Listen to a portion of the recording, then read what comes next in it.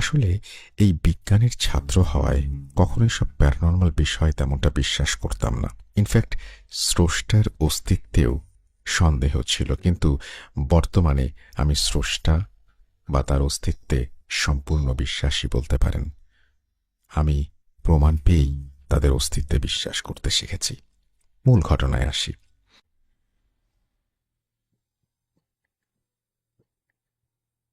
সালটা ২০০৭। আমি তখন এসএসসি পরীক্ষার্থী। স্থানীয় একটা স্কুলের ভালো ছাত্র ছিলাম। একজন মুসলিম মেয়ের সাথে আমার সম্পর্ক ছিল এবং একটা পর্যায়ে কিছু সমস্যার কারণে আমার বাবা আমাকে চকরিয়ায় পাঠিয়ে দেন এবং চকরিয়া কোরক বিদ্যাপীঠ স্কুলে। স্কুলটা কক্সবাজার জেলার শীর্ষ স্কুল ছিল, অনেকেরই সেটা জানার কথা। সুতরাং বিভিন্ন জায়গা থেকে লেখাপড়া করতে আসতো ওখানে ছেলেমেয়েরা, বিশেষ করে কক্সবাজার, বান্দরবান, মহেশখালী ওইসব এলাকা থেকে ছেলেমেয়েরা বেশি আসতো। যেহেতু বছরের অর্ধেক সময়ে আমি ওখানে যাই, সেহেতু আমার কোনো বন্ধু বান্ধব ছিল না। ওখানকার ছাত্রাবাসে আমি উঠি। হঠাৎ নতুন জায়গায় গিয়ে আমি স্বাভাবিকভাবেই মানসিকভাবে কষ্টে ছিলাম। ওরকম কারো সাথে কথাবার্তা বলতাম না। হোস্টেল আর আমার সিটের দুটো সিট পরেই একটা ছেলে ছিল, তার নাম অং স্রো। হ্যাঁ রাসেল ভাই, ওর নাম ছিল অং স্রো। আমার মনে হচ্ছে এটা অং ম্রো হবে, কারণ তাই মনে হচ্ছে আমার, আমি ম্রো ধরেই পড়ছি। ম্রো সম্প্রদায়ের ছেলে ছিল। আমি যাওয়ার পরে দেখতাম ও সবসময় চুপচাপ থাকতো, কারো সাথে তেমন কথাবার্তা বলতো না, সবসময় একা একা থাকতো। এবং ওর বয়স একটু বেশি ছিল, অথচ হোস্টেলে থাকা প্রায় সবাই দুষ্টু মনের হয়, আমিও কম ছিলাম না। ফলে অল্প সময়ে আরো ২-৪ জন আস্তে আস্তে সবার সাথে আমার বন্ধুত্ব হয়ে যায়। অং কমার্সের ছাত্র ছিল, তাই একবার পরীক্ষার হলে ও আমার পাশে বসে, অর্থাৎ আমার পাশে ওর সিট পড়ে। ও ইংরেজিতে তেমন ভালো ছিল না। ওই দিন ইংরেজি পরীক্ষায় আমি ওকে অনেক হেল্প করি। পরীক্ষা শেষে বের হয়ে আমাকে ধন্যবাদ জানায় এবং এভাবেই শুরু হয় অঙ্কে জানা। এরপর দুজন ভাত খেতে যাওয়াটা দেয়া শুরু হয়, কিন্তু বিভিন্ন সময় কেবল আমার সাথেই ও কথা বলতো, আর কারো সাথেই মিশতো না। আমি প্রথমে ওর সম্পর্কে বেশি কিছু জানতাম না, কিন্তু একটা বিষয় খেয়াল করলাম, ও প্রতিদিন বিকেলে মাগরিবের আযান পর্যন্ত কোথায় যেন চলে যায়, অর্থাৎ হোস্টেলে ফিরে আসে না। আমি ফুটবল ক্রিকেট খেলতাম, ওর না থাকাটা তেমন খেয়াল করিনি কখনো, কিন্তু লক্ষ্য করতাম একটা পলিথিনে কিছু নিয়ে সে কোথায় যেন যাচ্ছে। আবার মাগরিবের আজানের পরে চলেও আসতো, আর সবকিছুই স্বাভাবিকভাবে করত। তো একবার রমজান মাসে সবাইকে ইফতারের দাওয়াত দেয়া হলো। আমি ইফতারের সময় ওকে ইফতার খাওয়ার জন্য খুঁজতে থাকি। পরে অনেক খোঁজাখুঁজির পরে দেখলাম আমাদের স্কুলের নির্মাণাধীন ভবনের ৪ তলায় একটা রুমে ও দুটো টেবিল পাশাপাশি রেখে পা দুটো দুপাশে দিয়ে মার্শাল আর্ট প্র্যাকটিস করছে। প্রথমে আমি দেখে অবাক হয়ে যাই, কারণ ওর পরনে ব্ল্যাক বেল্ট আর সাদা প্যান্ট, যেগুলো মার্শাল আর্টের খেলোয়াড়রা পরেন। অনেক কঠিনভাবে অনুশীলন করছিল সে। এক পর্যায়ে লাফিয়ে নেমে অনুশীলন করছিল, পরে যখন ঘুরে অনুশীলন করছিল এবং সেই সময় সে আমাকে দেখে ফেলে, ও দাঁড়িয়ে যায়। আমিও অবাক হয়ে তাকিয়ে থাকি। পরে ও দৌড়ে এসে আমাকে হাত ধরে বলল, এসব যেন কাউকে না বলি। আমি বললাম, হ হ, তোমাকে দেখে তো তেমন কিছু মনে হয়নি। আর তুমি কি না? কাপড় চেঞ্জ করতে করতে বলল, এতদিন কেউ জানতো না, আজ তুমি জেনে গেলে। এটা বলে হেসে দিল। পরে দুজনে হোস্টেলে চলে আসি। আসার পরে অং আগের মতোই স্বাভাবিক এবং চুপচাপ শান্ত একটা ছেলে, অথচ সে মার্শাল আর্টের ব্ল্যাক বেল্ট ছিল। পরে আমি ওর সম্পর্কে আরও জানতে আগ্রহী হই আর দুষ্টুমি করে ওকে আমার প্রেমের কথা বলি। আর অং বলতে থাকে তার পুরো জীবনের কালো জাদুর এক সত্য ঘটনা। একদিনে না, ধীরে ধীরে অঙ্কে আমি জানতে পারি কিভাবে সে এখানে এসেছে, কিভাবেই বা ব্ল্যাক বেল্ট উপাধি পেল। বলছে অং, আমি অংব্র। আমার বাড়ি বান্দরবান জেলার থানচি থেকে অনেক গহীনে বড় ভান্তের, অর্থাৎ বৌদ্ধভিক্ষ গ্রাম নামক একটি গ্রামে। আর ওখানেই আমার জন্ম। আমাদের গ্রাম গহীন হওয়ায় আধুনিকতার ছোঁয়া তেমন লাগেনি। থানচি থেকে প্রায় 3 ঘন্টা মোটর সাইকেলে, তারপর পায়ে হেঁটে, আরো অনেক গভীরে ছোট ছড়া পাহাড় পেরিয়ে আমাদের গ্রাম। আমার নানা একজন তান্ত্রিক আর কবিরাজও ছিলেন। অনেক নাম ডাক ছিল ওনার। সবাই ওনাকে থানট্রয় নামে চিনত। আমাদের গ্রামে যত মানুষের রোগ ব্যাধি হতো সবকিছু উনি সুস্থ করে তুলতেন। এবং আশ্চর্য হলেও সত্যি যে কেউই ওনার কাছ থেকে খালি হাতে ফিরত না। আমার মা আমার নানার একমাত্র মেয়ে ছিলেন, তাই আমার নানার বাড়িতেই আমরা থাকতাম। আমার বাবা একজন কৃষক ছিলেন। আমার বয়স যখন 10 বছর, শান্তি বাহিনীর জেএসএস তাদের সাথে ফসল নিয়ে আমার বাবার ঝগড়া বিবাদ শুরু হয়ে যায়। ওরা বাবাকে অপহরণ করে নিয়ে যায়। এরপর কিছুদিন পরেই খবর আসে ওরা বাবাকে মেরে ফেলেছে। আমরা এই সংবাদ পেয়ে সন্ত্রাসীদের নেতাকে খবর পাঠাই। আমার নানার কথা শুনে সেই নেতা অনেক ভয় পেয়ে যায়, কেননা ওই নেতার সঙ্গীরা কাকে মেরেছে সেটা তিনি জানতেন না। আমার নানা ডেকে পাঠানোর পরে ওই নেতা জানতে পারে। ওই নেতা না আসা পর্যন্ত আমার নানা আমার বাবাকে দাহ করতে দেননি। পরে নেতা ও তার সঙ্গীরা এসে নানার কাছে ক্ষমা চায় এবং নিজেরাই বাবার শেষকৃত্য অনুষ্ঠানের আয়োজন করেন। পরে ক্ষতিপূরণ বাবদ 1 লাখ টাকা আমার নানাকে দিতে চান, কিন্তু আমার নানা সেটা নিতে অস্বীকৃতি জানিয়েছিলেন। পরে আমার বাবার বড় ভাইকে অনেক অনুরোধ করে ওই টাকাগুলো ওনার হাতেই দেন। টাকা দিয়ে চলে যাবার সময় উনি নানাকে আশ্বাস দেন যারা আমার বাবাকে মেরেছে তিনিও তাদেরকে মেরে ফেলবেন।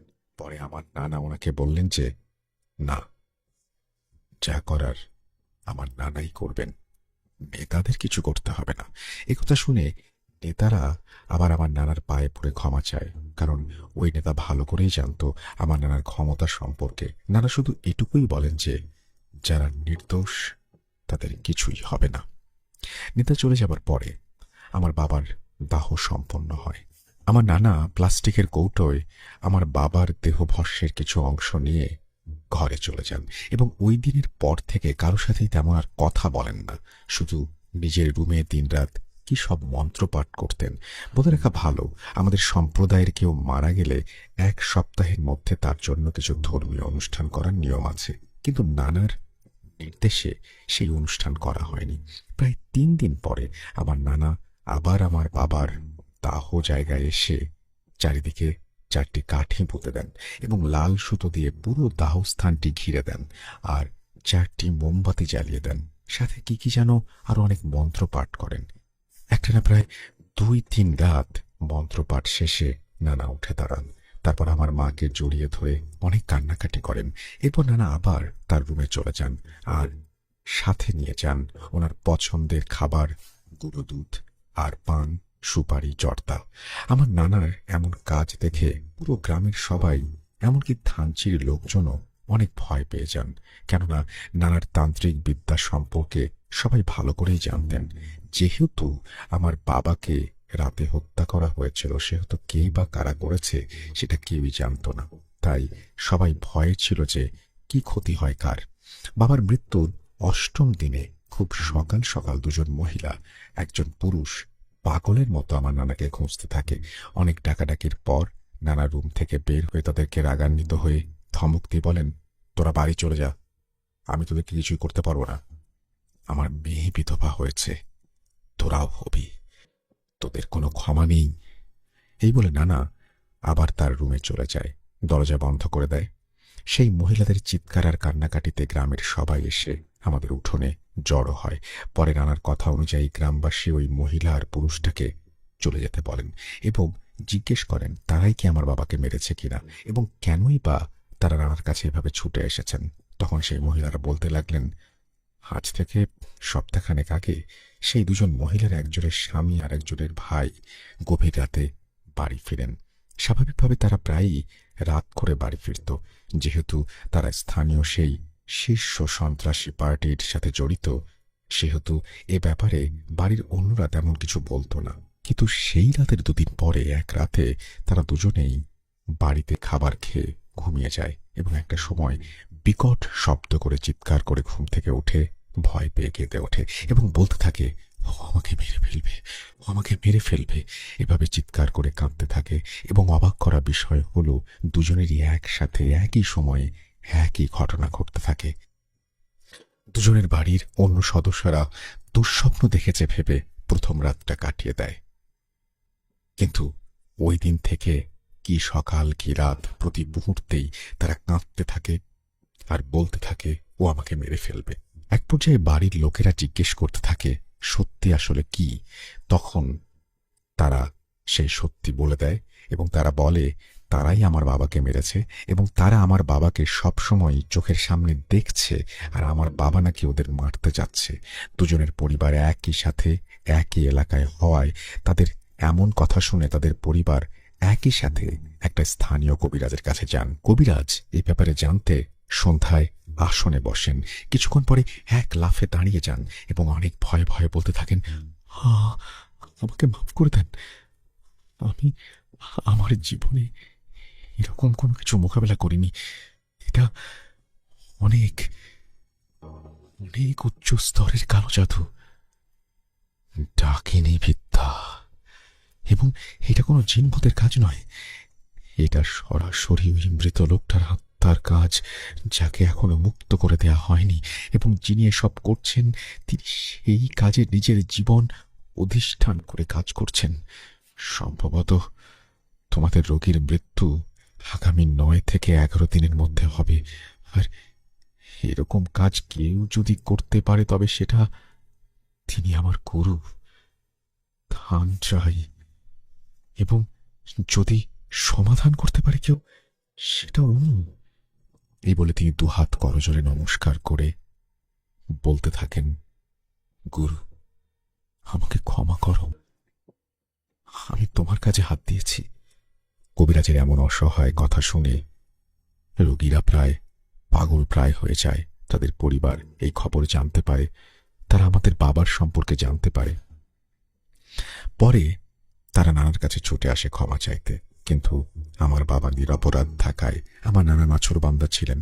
পরে তারা আমাদের গ্রাম থেকে নিজের গ্রামে চলে যায় আর নানা আবার নিজেকে ঘরে বন্দি করে ফেলেন আর সাধনায় মগ্ন হয়ে যান। বাবার মৃত্যুর 11 দিনের মাথায় খবর আসে সেই দুজন মানুষ মারা গেছে। শোনা যায় 10 দিনের দিবাগত রাতের শেষ দিকে তারা দুজনেই অনেক চিৎকার করতে থাকে এবং এক পর্যায়ে একেবারে চুপ হয়ে ঘুমিয়ে যায়। ঘুমাচ্ছে ভেবে বাড়ির সবাই যে যার রুমে চলে যায় এবং সবচেয়ে আশ্চর্যের বিষয় পরদিন সকালে দুজনকেই মৃত অবস্থায় পাওয়া যায় এবং ঘাড় তাদের পেছন দিকে মোড়ানো ছিল, চোখ খোলা অবস্থায়। 11তম দিন দুপুরে আমার নানা রুম থেকে বের হয়ে সবাইকে ডেকে বাবার শেষকৃত্যের জন্য পুনরায় আয়োজন করতে বলেন। আজকে নানার মুখে কোনো কষ্ট দেখেনি, তিনি হাসছিলেন মৃদু মৃদু। পরে নিজে থেকেই ছড়া অর্থাৎ নদীতে গিয়ে গোসল করে এসে বাবার দাহ করার জায়গায় গিয়ে দাঁড়িয়েছিলেন এবং কি কি যেন বলছিলেন। পরের দিন সকালে 11তম দিনে আমাদের স্থানীয় বিহার বৌদ্ধ মন্দির থেকে দুজন ভান্তে অর্থাৎ বৌদ্ধ ভিক্ষু এসে বাবার শেষকৃত্য অনুষ্ঠান শেষ করেন। কিন্তু আমাদের বিহারের বড় ভান্তে ধর্মগুরু তিনি আসলেন না। ভান্তেরা চলে গেলে আমার নানা তার ঘর থেকে দুটো রশি, দুটো কাপড়ের পুতুল আরো কি কি সহ বাবার দেহ ভস্মকে আগুনে পোড়ালেন এবং মাটি চাপা দিলেন। বাবার প্রথম দাহস্থানের চারিদিকে দেয়া লাল সুতার বাঁধন কেটে দিলেন, খুঁটি এবং লাল সুতোগুলো আগুনে পুড়িয়ে দিলেন। তারপর আমার হাতে কবরের ওপর মাটি দেয়ালেন, মোমবাতি ধূপকাঠি জ্বালিয়ে দিলেন। সব শেষ করে বাড়িতে এসে আমার নানা আমার মাকে জড়িয়ে ধরে অনেকক্ষণ কাঁদলেন। তারপর প্রায় 12 দিন পরে নানা মুখে ভাত দিলেন। এরপর তিনি বেশ কিছুদিন অসুস্থ ছিলেন। অসুস্থ অবস্থাতেই তিনি মানুষের সেবা করতেন। 2006 সালে মারা যান।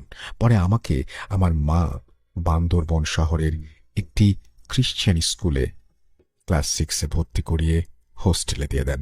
আমি ওখানেই পড়ালেখা করি আর মার্শাল আর্ট শিখি। কালক্রমে আমি ব্ল্যাক বেল্ট উপাধি পাই। ক্লাস 9-এ উঠলে আমাকে আমার মা এখানে নিয়ে আসেন আর সেই থেকে আমি এখানে। রাসেল ভাই, এই ছিল অংয়ের জীবনের ঘটনা, কিন্তু আমার কাছে আরো ঘটনা আছে অং, তার গ্রাম, বিশেষ করে অংয়ের নানা এবং তার গুরু, এবং অংয়ের গ্রামের বড় ভান্তে অর্থাৎ ধর্মগুরু, অংয়ের নানার গুরু মেয়ের সাথে মুসলমান একটি পরিবারের লোমহর্ষক ঘটনা অং আমাকে বলেছিল। পরে কোনো একদিন সময় হলে আপনার অনুমতি পেলে পাঠিয়ে দেব। ভুল ত্রুটি ক্ষমা সুন্দর দৃষ্টিতে দেখবেন। ধন্যবাদ। আমার আসল নাম ঠিকানা সঙ্গত কারণে গণমাধ্যমে প্রকাশে অনিচ্ছুক, এই জন্য তিনি কোনো কিছুই প্রকাশ করেননি। আমাকে লিখেছেন এখানে, কিন্তু আমি সেটা প্রকাশ করছিলাম। তো আমি আশা করছি যে এই ঘটনাটা আপনাদের ভালো লেগেছে, কারণ খুব চমৎকার একটা ঘটনা, খুব চমৎকারভাবে গুছিয়ে তিনি লিখেছেন এবং ভালো না লাগার কোনো কারণ নেই। আমার কাছে তো খুবই অন্যরকম লেগেছে এবং একটা নতুন সংস্কৃতি সম্পর্কে জানতে পারা, একটা মানে আমরা তো যখন ঘটনা শুনি তখন মাথার ভেতরে দৃশ্যকল্প তৈরি হয়। তো এই ঘটনাটা পড়ার সময় আমি সেই পাহাড় দেখতে পাচ্ছিলাম, সেই লাল সুতো দিয়ে ঘেরা জায়গাটা, তারপরে সেই দেহ ভস্য নিয়ে ঘরের ভেতরে নিজেকে বন্দি করে ফেলার দৃশ্যগুলো আমার কাছে খুব অদ্ভুত লাগছিল। আমার মনে হয় আপনারাও ভিজুয়ালাইজ করতে পেরেছেন। যদি করতে না পারেন তাহলে আমি বলবো ঘটনাটা সময় মতো, যদি পরে কোনো সময় পান, আরো একবার শুনবেন, ভালো লাগবে। যাই হোক, আমরা চলে যাব আমাদের পরবর্তী ঘটনায়।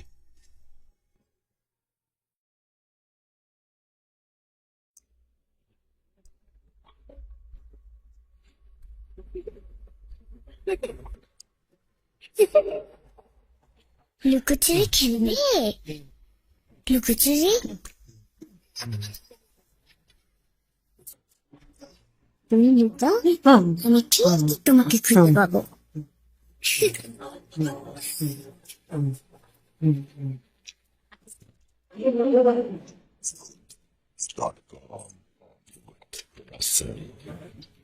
Welcome back. আপনাদের সবাইকে আরো একবার স্বাগত জানাচ্ছি। আমি রাসেল। আশা করছি আপনারা সবাই ভালো আছেন, ভালোর দলে আছেন। আমরা সরাসরি পরবর্তী ঘটনায় যাব। তার আগে বলি, আমাদের সঙ্গে প্রথম থেকে শেষ পর্যন্ত যদি থাকেন আমরাও খুব খুশি হব এবং আমাদের সমস্ত কষ্ট সার্থক হবে। সারা সপ্তাহ জুড়ে ঘটনা বাছা যে কি কষ্টের, কষ্ট বলছি এই কারণে যে যখন ভালো ঘটনা পাই না তখন যে টেনশনটা হয়, এত টেনশন, সত্যি কথা এতটা বছর কাটানো খুব মুশকিল। যাই হোক, আমি ঘটনায় চলে যাচ্ছি। আসসালামু আলাইকুম রাসেল ভাই, আশা করি ভালো আছেন আপনার শ্রোতাদের দোয়া আর ভালোবাসায়। আমার নাম আসিফ জোনায়েদ। আমার হোম টাউন ময়মনসিংহ, কিন্তু আমার পরিবার সহ আমি গাজীপুরে থাকি। আমি আপনার একজন নিয়মিত শ্রোতা। আমার দৈনন্দিন কাজের মতো ভূত.কম একটা অভ্যেসে পরিণত হয়েছে। আমি ক্লাস 7-এ তখন 2016 সাল থেকে ভূত এফএম এর সাথে ছিলাম, আর এখন ভূত.কমের। আমি এবার এইচএসসি পরীক্ষার্থী এবং 6টা এক্সাম ইতোমধ্যে শেষ হয়েছে। যেহেতু আমার পরীক্ষা চলছে, তাই আমার স্টুডিওতে আসা সম্ভব হবে না, আর আপনার মুখ থেকে ঘটনাটি শুনতে বেশি রোমাঞ্চকর লাগবে, তাই আমি চাই আপনি পড়ে শোনান। এটা আমার প্রথম ঘটনা। ঘটনাটি হলো আমার দূর সম্পর্কের এক চাচা ও চাচির সাথে ঘটে যাওয়া একটি ঘটনা। ঘটনাটি ময়মনসিংহে গফরগাঁও উপজেলার। আমি দুঃখিত, কারণ ইউনিয়ন ও এলাকার নাম উল্লেখ করতে পারি না কিছু ব্যক্তিগত কারণে। তো ঘটনাটির সূত্রপাত 2022-এর 10 কি 12 তারিখের মধ্যে। আমার চাচা প্রতিদিনের মতো কাজ করে দুপুরের দিকে বাড়ি ফিরছিলেন। তার সাথে আরেকজন ছিলেন। তো ওনাদের বাড়ি যাওয়ার পথে একটা স্কুল আছে, ওই স্কুলের সামনে দিয়ে যাওয়ার সময় হঠাৎ একজন বৃদ্ধ পাগল ওনার কাছে এসে বলতে থাকেন, তোর সামনে খুব বিপদ, তুই সাবধানে চলাফেরা করিস। তো স্বাভাবিকভাবে উনি পাগলকে পাশ কাটিয়ে যান। পাগলের কথায় কোনো পাত্তা দেন না। পাগল যা খুশি তাই বলতে পারে, এটা ভেবে চাচা এড়িয়ে যান, কিন্তু ভুলে যান ব্যস্ততার মাঝে। নভেম্বরের 15 তারিখের দিকে উনি সারাদিন কাজ শেষ করে বাড়ি ফিরছিলেন প্রায় 8টা কি 9টার দিকে। সাথে ছিল মাছ। গ্রামের দিকে 9টা মানে যথেষ্ট রাত, আর হালকা শীত পড়ার কারণে রাস্তায় কোনো মানুষ ছিল না। তিনি আসছিলেন এবং ওনার বাড়ির কাছাকাছি আসার আগে একটা বিল আছে, যেটার নাম স্থানীয় লোকেরা জৈলার বিল বলে। তো জৈলার বিলের রাস্তার পাশ দিয়ে যাওয়ার সময় ওনার ওপরে কে যেন ঢিল ছুঁড়ে মারে। তৎক্ষণাৎ তিনি আশেপাশে খুঁজতে থাকেন, কিন্তু কাউকে দেখতে পান না। নিজের মনের ভুল ভেবে আবার বাড়ির দিকে হাঁটতে থাকেন। তখন আবার ওনার শরীরে কেউ ঢিল মারে। তিনি সাহসী ব্যক্তি ছিলেন, তিনি কিছুটা পিছিয়ে দেখতে যান যে কেউ ওনার সাথে ইচ্ছাকৃতভাবে মজা করছে কিনা, কিন্তু তিনি কাউকেই খুঁজে পান না। রাস্তায় তিনি একাই ছিলেন। তখন তিনি কিছুটা ভয় পান এবং বাড়ির উদ্দেশ্যে যেতে থাকেন, এবং তৃতীয়বার যখন ওনার উপরে ঢিল পড়ে তিনি খারাপ কিছুর উপস্থিতি বুঝতে পেরে আয়াতুল কুরসি পাঠ করেন এবং বলে ওঠেন, তুই যেই হোস না কেন, তোর রাস্তায় তুই যা, আমার রাস্তায় আমি যাব, তোর কোনো ক্ষতি আমি করিনি, তুইও আমার কোনো ক্ষতি করিস না। তারপর খারাপ কিছু ঘটতে পারে ভেবে তিনি দ্রুত হাঁটতে থাকেন। ওনার বারবার মনে হচ্ছিল যে ওনার পেছনে কেউ আসছে। পেছনে না তাকিয়ে ভয়ে ভয়ে বাড়িতে চলে আসেন তিনি। বাড়িতে গিয়ে ওনার সাথে কি ঘটেছে তা কাউকে বলেননি, সবাই ভয় পাবে তাই। তো চাচা চাচির হাতে মাছ তুলে দেন এবং চাচা ফ্রেশ হতে চলে যান। তিনি চাচির সাথেও ঘটনাটি শেয়ার করেননি। চাচি মাছগুলো হাতে নিয়ে অলসতা অনুভব করেন। তিনি মনে করেন এগুলো এভাবেই রেখে দেবেন, ফ্রিজে সকালে এগুলো কাটবেন। ফ্রিজটা ছিল চাচার রুমে। ওনার ছেলে রুম বন্ধ করে শুয়ে পড়েছিল। চাচি মাছগুলো রাখার জন্য ওনার ছেলেকে ডাকতে থাকেন, কিন্তু ওনার ছেলের কোনো সারা শব্দ নেই, কারণ ওনার ছেলে নাকি তখন কানে ইয়ারফোন লাগিয়ে ফেসবুকে ভিডিও স্ক্রল করছিল। যার কারণে তিনি সিদ্ধান্ত নেন জানালা দিয়ে ছেলেকে ডাকবেন, আর জানালাটা ছিল বাড়ির পেছন দিকে। যখন তিনি বাড়ির পেছনে জানলা দিয়ে ডাকতে যান, তিনি লক্ষ্য করেন ওনার মাথার উপরের গাছটায় একটা পেঁচা সাদৃশ্য কিছু বসে আছে। তখন তিনি শুনতে পান যে পেঁচার মতো করে একটা কিছু ডাকছে। তিনি ভয় পেয়ে আবারও বাড়িতে আসার জন্য যখনই ঘুরতে যাবেন, তখনই গাছের একটা মোটা ডাল ভেঙে পড়ে ওনার ওপর। গাছ ভাঙার শব্দ শুনে চাচা এবং চাচার ছেলে ছুটে যান এবং চাচিকে অজ্ঞান অবস্থায় দেখতে পান। তারা ধরাধরি করে বাড়িতে নিয়ে আসেন তাকে। ওনার শরীরে প্রচন্ড জ্বর আসে। তো সকালে ওনারা ময়মনসিংহে নিয়ে যান, জ্ঞান না ফেরা এবং প্রচুর জ্বর থাকার কারণে। 2 দিন পর ওনার জ্ঞান ফেরে। তখন সবাই জানতে চায় কি হয়েছিল। তারপর উনি বলেন ওনার ছেলেকে ডাকার সময় তিনি পেঁচার ডাক শুনতে পান, আর আসার সময় ওনার উপরে গাছ ভেঙে পড়েছে। তারপর আর কিছু মনে নেই। তখন আমার চাচার ওই পাগলের কথা মনে পড়ে এবং ঘটনার দিন ওনার সাথে ঘটা সবকিছু সবাইকে খুলে বলেন। কিন্তু ততক্ষণে অনেক দেরি হয়ে গেছে। চাচার পিছনে আর শয়তানটা অনেক বড় ক্ষতি করে দিয়ে যায় এবং ওই চাচি 18 তারিখে সকালের দিকে মারা যান। যখন ওনার দাফন কাফনের জন্য গোসল করেন, তখন নাকি অন্য চাচিরা ভুক্তভোগীর পিঠে দেখতে পান রক্ত জমাট হয়ে কালো হয়ে আছে। তাদের নাকি দেখে মনে হয়েছিল কেউ মারাত্মকভাবে পিঠে আঘাত করেছে। সঠিকভাবেই দাফনের কাজ সম্পন্ন হয়। আসলে আমাদের সাথে ঘটা অনেক কিছুরই কোনো ব্যাখ্যা হয় না। জিন জাতির যে অস্তিত্ব আছে তা অস্বীকার করার কোনো অবকাশ নেই, কেননা পবিত্র কোরআনে জিনের অস্তিত্ব নিয়ে সূরা জিন নাজিল হয়েছে এবং মহান আল্লাহ তাআলা নাজিল করেছেন এই সূরা। মানুষের মাঝে যেমন ভালো খারাপ আছে, জিনদের মাঝেও ভালো খারাপ আছে। হয়তো চাচির মৃত্যু এভাবেই ছিল খারাপ কিছুর উসিলায়। আমি পরবর্তীতে আমার এক চাচাতো বোনের কাছে জানতে পারি ঘটনাটি। জানি না কতটুকু ভয়ের, কতটুকু গুছিয়ে লিখতে পেরেছি। যার সাথে ঘটে সেই বলতে পারে প্রিয়জন হারানো কতটা বেদনার, কতটা ভয়াবহ। আমার লেখালেখির অভ্যাস নেই একদমই। এর আগে এত লম্বা কোনো কিছু লিখিনি। যাই হোক, আমার জন্য দোয়া করবেন। ঘটনাটি সিলেক্টেড হলে আমাকে জানাবেন।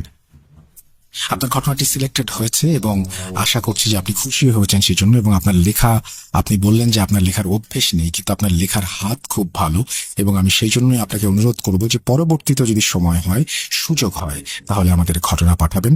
এবং আমাদের ঘটনা পাঠালে আমরা খুবই খুশি হব। আপনার ঘটনার অপেক্ষায় রইলাম। আমাদের ইমেল অ্যাড্রেস russell.booth.com@gmail.com। আপনার নাম, ঠিকানা এবং ফোন নাম্বার সহ আপনার ঘটনা পাঠাতে হবে আমাদের কাছে। আমরা চলে যাব আমাদের পরবর্তী ঘটনায়।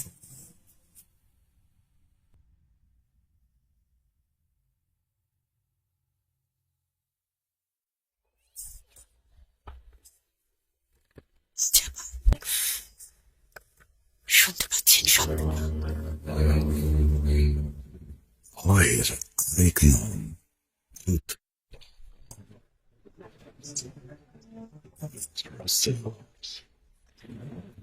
Welcome back. আপনাদের সবাইকে আরো একবার স্বাগত জানাচ্ছি। আমি রাসেল। আশা করছি আপনারা সবাই ভালো আছেন আর ভালোর দলে আছেন। আমি আলহামদুলিল্লাহ ভালো আছি, ভালোর দলে আছি। আমি পরবর্তী ঘটনায় যাব। আশা করছি এই ঘটনাটি আপনাদের ভালো লাগবে। আমি কি দেখছিলাম, মুখ থেকে লালা পড়ছে। এটা কোনো কুকুর না, অনেকটা বাঘের মতো দেখতে। লেজটা কুমিরের মতো, পিঠের ডোরা কাটা একটা ভাব আছে। এসেই আমার পায়ে কামড় দিল। এমন একটা পরিস্থিতি, নিজেকে বাঁচাবো নাকি ভয়কে জয় করব। আমরা চায়ের দোকানে বসতে যাব, ঠিক তখনই আমার এক কলিগ আজিজ ভাই অন্য একজনকে এটা বলছিলেন। আমি ভাইকে বললাম, ভাই কি যাতা বলছেন? আপনাকে কামড়ে দিলে আপনার পা দেখান, যদি মন দিয়ে শুনিস তাহলে বুঝবি কিভাবে। অফিস শেষে যাবার পথে বলবো তোকে। আসসালামু আলাইকুম রাসেল ভাই, ভালো আছেন জানি, তা না হলে এটা পড়তেন না হয়তো। তো দোয়া থাকে সব সময় যেন ভালো থাকেন। আমি অফিস শেষ করে ওনার জন্য অপেক্ষা করছিলাম কিছুক্ষণের জন্য। এরপর একসাথে রিক্সা নিলাম। পথে বললেন, বাসের মধ্যে না বলে নেমে চা খেতে খেতে বলবেন। বলে রাখি, আমি তখন একটা জব করতাম যেটার অফিস ছিল উত্তরায় জসিমউদ্দিনে, আর আমার বাসা মিরপুর 13 নম্বর মসজিদের উল্টা পাশে। তো আমরা মিরপুর 10-এ নামলাম। ভাই আমাকে বলতে শুরু করলো, আর উনি আমাকে এটা বলেছেন 2016-তে। ঘটনাটি মুক্তিযুদ্ধের আগের। এবার ঘটনায় চলে যাই। ঘটনাটা ওনার দূর সম্পর্কের এক দাদার কাছে শুনেছিলেন।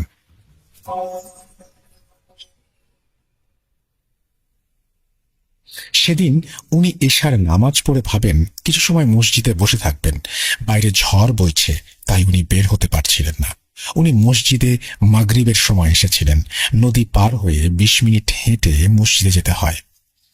ওনাদের এলাকার মসজিদের কাজ চলছে, তাই উনি অন্য মসজিদে যেতেন। ওনার ব্যাক করতে করতে অনেক সময় লাগবে, তাই উনি ফেরত না এসে থেকে যান।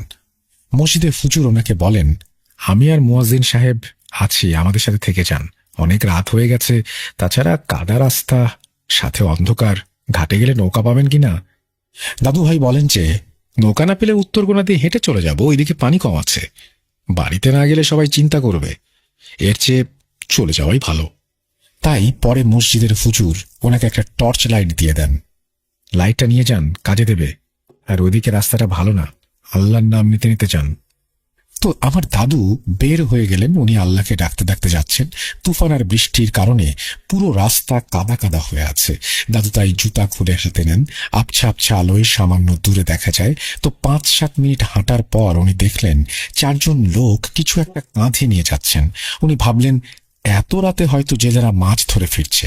উনি একটু জোরে হেঁটে তাদের সামনে যেতে চাইলেন, কিন্তু উনি যতই জোরে হাঁটেন দেখেন তারা তত জোরে হাঁটছে।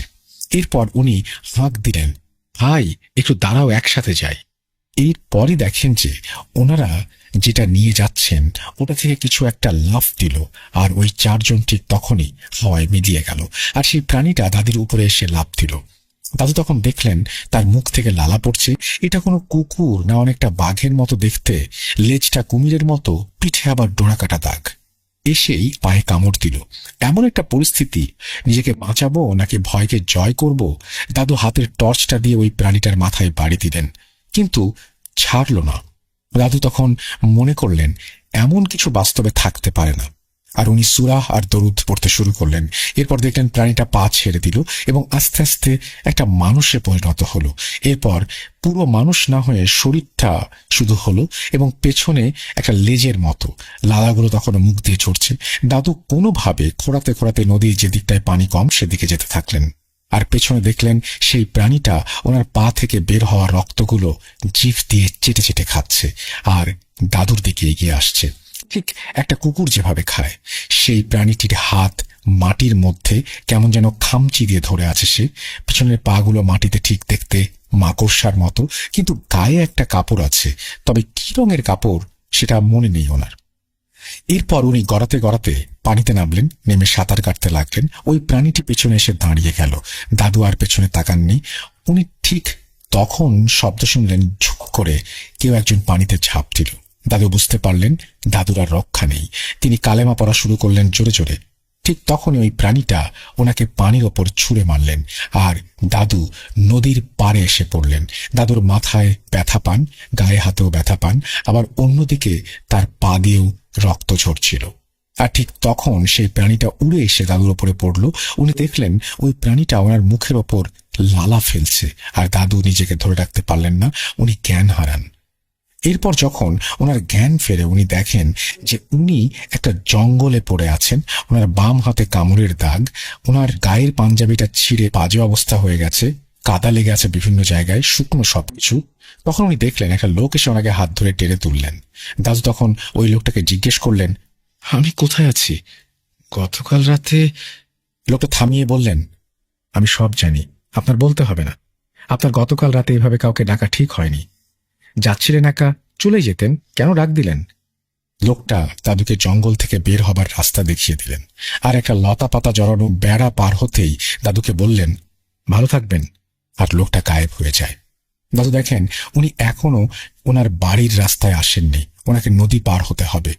উনি নদীর পাড়ে গেলে দেখেন যে নৌকা নিয়ে মাঝিরা ওনাকে দেখেই দৌড়ে এসে বলল, কি হয়েছে মিয়া ভাই?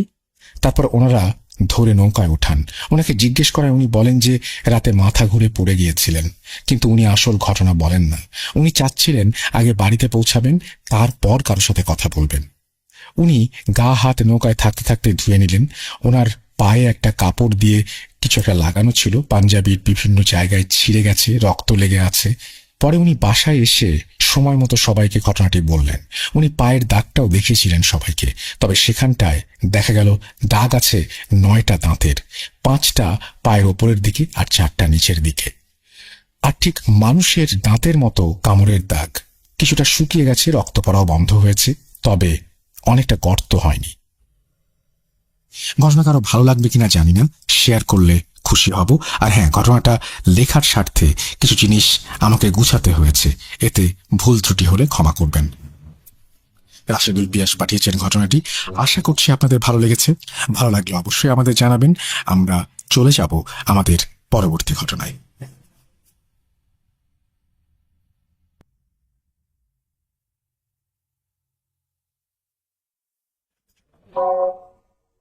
রাতের আধারে ভয়ের রাজ্য ফুঁড়ে ফিরেছি সেই পুরনো সুরে। বিশ্বাস করা বা না করা আপনার ব্যাপার, but the old music comes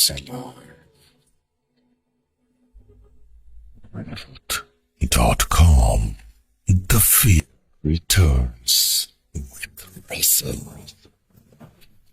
welcome back. আপনাদের সবাইকে আরো একবার স্বাগত জানাচ্ছি। আমি রাসেল। আশা করছি আপনারা সবাই ভালো আছেন, ভালোর দলে আছেন। আমি সরাসরি চলে যাব আমাদের পরবর্তী ঘটনায়, এবং আশা করছি আমাদের এপিসোডটি আপনাদের ভালো লাগছে। আমি শুধুমাত্র একটা রিকোয়েস্ট করব, আপনারা এমন কোনো জায়গায় আমাদের ভূত.com শুনবেন না যে জায়গাটি অথেন্টিক না আর কি। অনেক ফেক চ্যানেল আছে, অনেক কিছু আছে, সেখান থেকে দয়া করে শুনবেন না। আমরা সর্বাত্মক চেষ্টা করছি আপনাদের কাছে দারুণ দারুণ সব ঘটনা নিয়ে আসার, বাকিটা আল্লাহ তাআলার ইচ্ছা। কিন্তু প্লিজ আমি রিকোয়েস্ট করব যে আপনারা প্লিজ এমন কোনো জায়গা থেকে শুনবেন না যেটা আমাদের প্ল্যাটফর্ম না বা আমাদের চ্যানেল না। চলে যাব আমাদের পরবর্তী ঘটনায়। যেভাবে লেখা আছে আমি সেভাবে শুরু করছি। জানি আপনি ভালো আছেন, তাই আর জিজ্ঞেস করলাম না, কারণ আপনি সবসময় ভালো থাকেন। যাই হোক, আমি নোমান, থাকি খুলনাতে, এবং আমি একজন অ্যাম্বুলেন্স ড্রাইভার। আর ঘটনাটি আমার সাথে ঘটা। বেশি কথা না বলে ঘটনায় যেতে চাই। আর এটা আমার ফার্স্ট ঘটনা, তাই লেখায় কোনো ভুল হলে ক্ষমা সুন্দর দৃষ্টিতে দেখবেন। ঘটনাটি ঘটে আমার সাথে আজ থেকে 3 বছর আগে। আমি তখন নতুন গাড়ি চালানো শিখলাম। যখন কল আসতো তখনই চলে যেতাম। একদিন আমি খুব রাত করেই বাসায় ফিরলাম, কারণ ওই দিন কোনো ভাড়া মারতে পারিনি। তাই কি বাসায় এসে আম্মু বলল, কিরে তুই আজ এত দেরি করে বাসায় ফিরলি? তখন আমি বললাম, আজ সারাদিন কোনো ভাড়া হয়নি, তাই দেরি হয়েছে। তখন আম্মু বলল, আচ্ছা তুই ফ্রেশ হয়ে আয়, আমি খাবার দিচ্ছি। আমি ফ্রেশ হয়ে খেয়ে শুয়ে পড়লাম।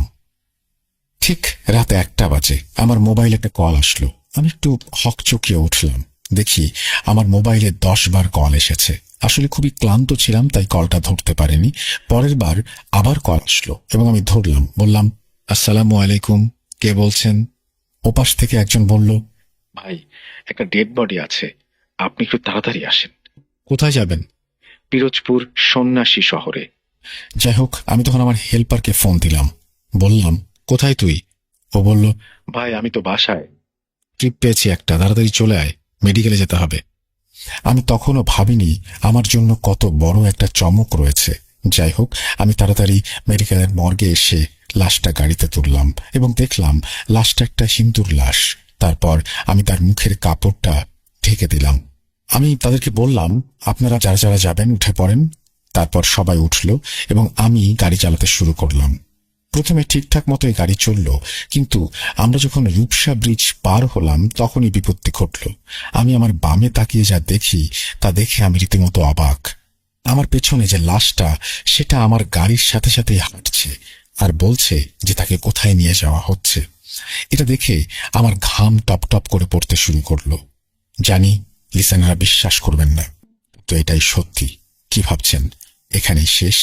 এখন তো কেবল শুরু। যাই হোক, সারাটা রাস্তা আমার সাথে সাথেই এই লাশটা আসছিল। তাদের বাড়ি পৌঁছালাম, লাশটাকে নামালাম, কিন্তু একটু তাড়াতাড়ি করছি, সেটা আমার হেল্পারেরও চোখ এড়ালো না, এবং আমি ঘামছিও প্রচুর, সেটাও লক্ষণীয় একটা বিষয়। তারপর আমি গাড়িতে উঠে স্টার্ট দিলাম, আমি চালাতে শুরু করলাম, এবং তাদের বাড়ি থেকে কিছুটা দূর আসার পর আমার হেল্পার আমাকে জিজ্ঞেস করলো, ভাই, আপনি তো তাড়াহুড়া করছিলেন কেন? আর তো ঘামছেন কেন? তখন আমি বললাম, ও কিছু না, শুনলে হয়তো ভয় পাবে তাই আর ওকে কিছু বলেনি। যাই হোক, সন্ন্যাসী 3 রাস্তার মোড় নামক একটা জায়গা আছে, ওখানে আসার পর আমি শুনতে পেলাম কেউ ফিস ফিস করে কি যেন বলছে। আমি পেছনে তাকানোর সাহসও পাচ্ছি না। আমি যখন আমার আয়না দিয়ে দেখার চেষ্টা করলাম, তখনই পেছন থেকে একজন খুব ভারী কণ্ঠে বলল, আমাদের ওই চৌরাস্তার মোড়ে নামিয়ে দিয়ে তারপর তোরা যাবি। আমি আমার হেল্পারকে বললাম, একটা সিগারেট ধরিয়ে দে। তখনই দেখলাম আমার নতুন লাইটারটা কাজ করছিল না। কিছুটা সময় পার হওয়ার পর হঠাৎ লাইটারটা জ্বলে উঠল আর ফিস ফিস আওয়াজও বন্ধ হয়ে গেল। আমি তাড়াতাড়ি আল্লাহর নাম নিয়ে আবারও গাড়ি চালাতে শুরু করলাম, এবং এর মধ্যে আমাদের দুজনেরই অবস্থা খুব খারাপ। তাই চরখালি ফেরিঘাট মোড়ে দেখলাম এক চাচার দোকান। আমরা ওখানে নামলাম, নেমে আমরা দুজনেই চা খেলাম, বিস্কিট খেলাম, কিন্তু ওই চায়ের দোকানদার চাচা কোনো কথা বলছেন না। তারপর আমরা বিল দিয়ে যখন গাড়িতে উঠব, তখন তিনি একটা কথাই বললেন, তোমরা তাহলে ফিরে আসতে পারলে? তেমন কেউ ওদের হাত থেকে ফিরে আসতে পারে না। চাচার কথার কিছুই বুঝলাম না। তারপর আমরা খুলনাতে ফিরলাম। সবচাইতে মজার ব্যাপার হচ্ছে, আমার দেশের বাড়ি ওই পথটা দিয়ে। আমি যখন বাসের হেল্পারকে জিজ্ঞেস করলাম যে এখানে একটা চাচার দোকান আছে কিনা, সে আমার দিকে এমন ভাবে তাকালো। আমি আজ থেকে 8-9 বছর এই বাসে, আমি এখনো তো কোনো চাচার দোকান দেখিনি। এখানে আমার অবাক হবার মাত্রা চরমে পৌঁছালো। যাই হোক, রাসেল ভাই, ভূত.com-এ পাঠানো প্রথম স্টোরি ভালো লাগলে শোনাবেন। কাজের দরুন স্টুডিওতে আসতে পারবো না, আমি চাই আপনি ঘটনাটি পড়ে শোনান। আমার নাম মোহাম্মদ নোমান, থাকি খুলনা খালিশপুর। এবং তারপরে তিনি তার ফোন নাম্বার শেয়ার করেছেন, তারপরে আবারও লিখেছেন, ঘটনাটি 100% সত্যি। ঘটনাটি সিলেক্টেড হলে আমাকে জানাবেন প্লিজ। আমি আপনার ঘটনা সিলেক্ট করেছি এবং আশা করছি আপনি আজকে শুনছেন। যদি ভালো লাগে লিসেনার, আপনারাও জানাবেন। আমরা চলে যাব আমাদের পরবর্তী ঘটনায়।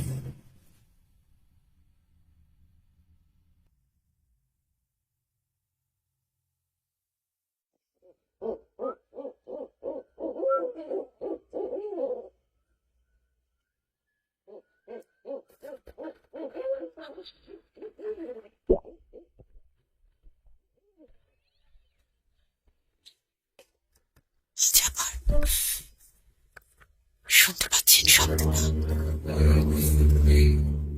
আয়নার ভেতরে রোজ এভাবেই আসে।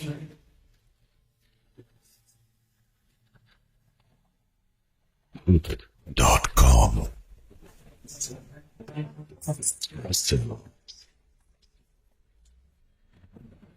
Welcome back. আমি রাসেল আছি আপনাদের সাথে, আর শুনছেন ভূত.com। আমরা চলে যাব আমাদের পরবর্তী ঘটনায়। অবশ্যই এবার একটি অডিও ক্লিপ।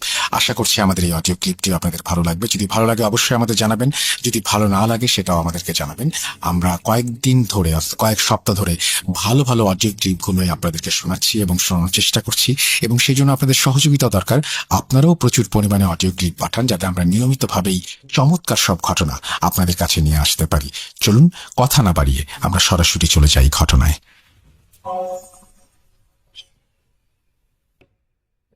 আসসালামু আলাইকুম রাসেল ভাই, আশা করি ভালো আছেন। আমরা জানি আপনি সবসময় ভালোর দলে। আমার নাম আরজেল, আমি ঢাকার যাত্রাবাড়ি এলাকা থেকে বলছি।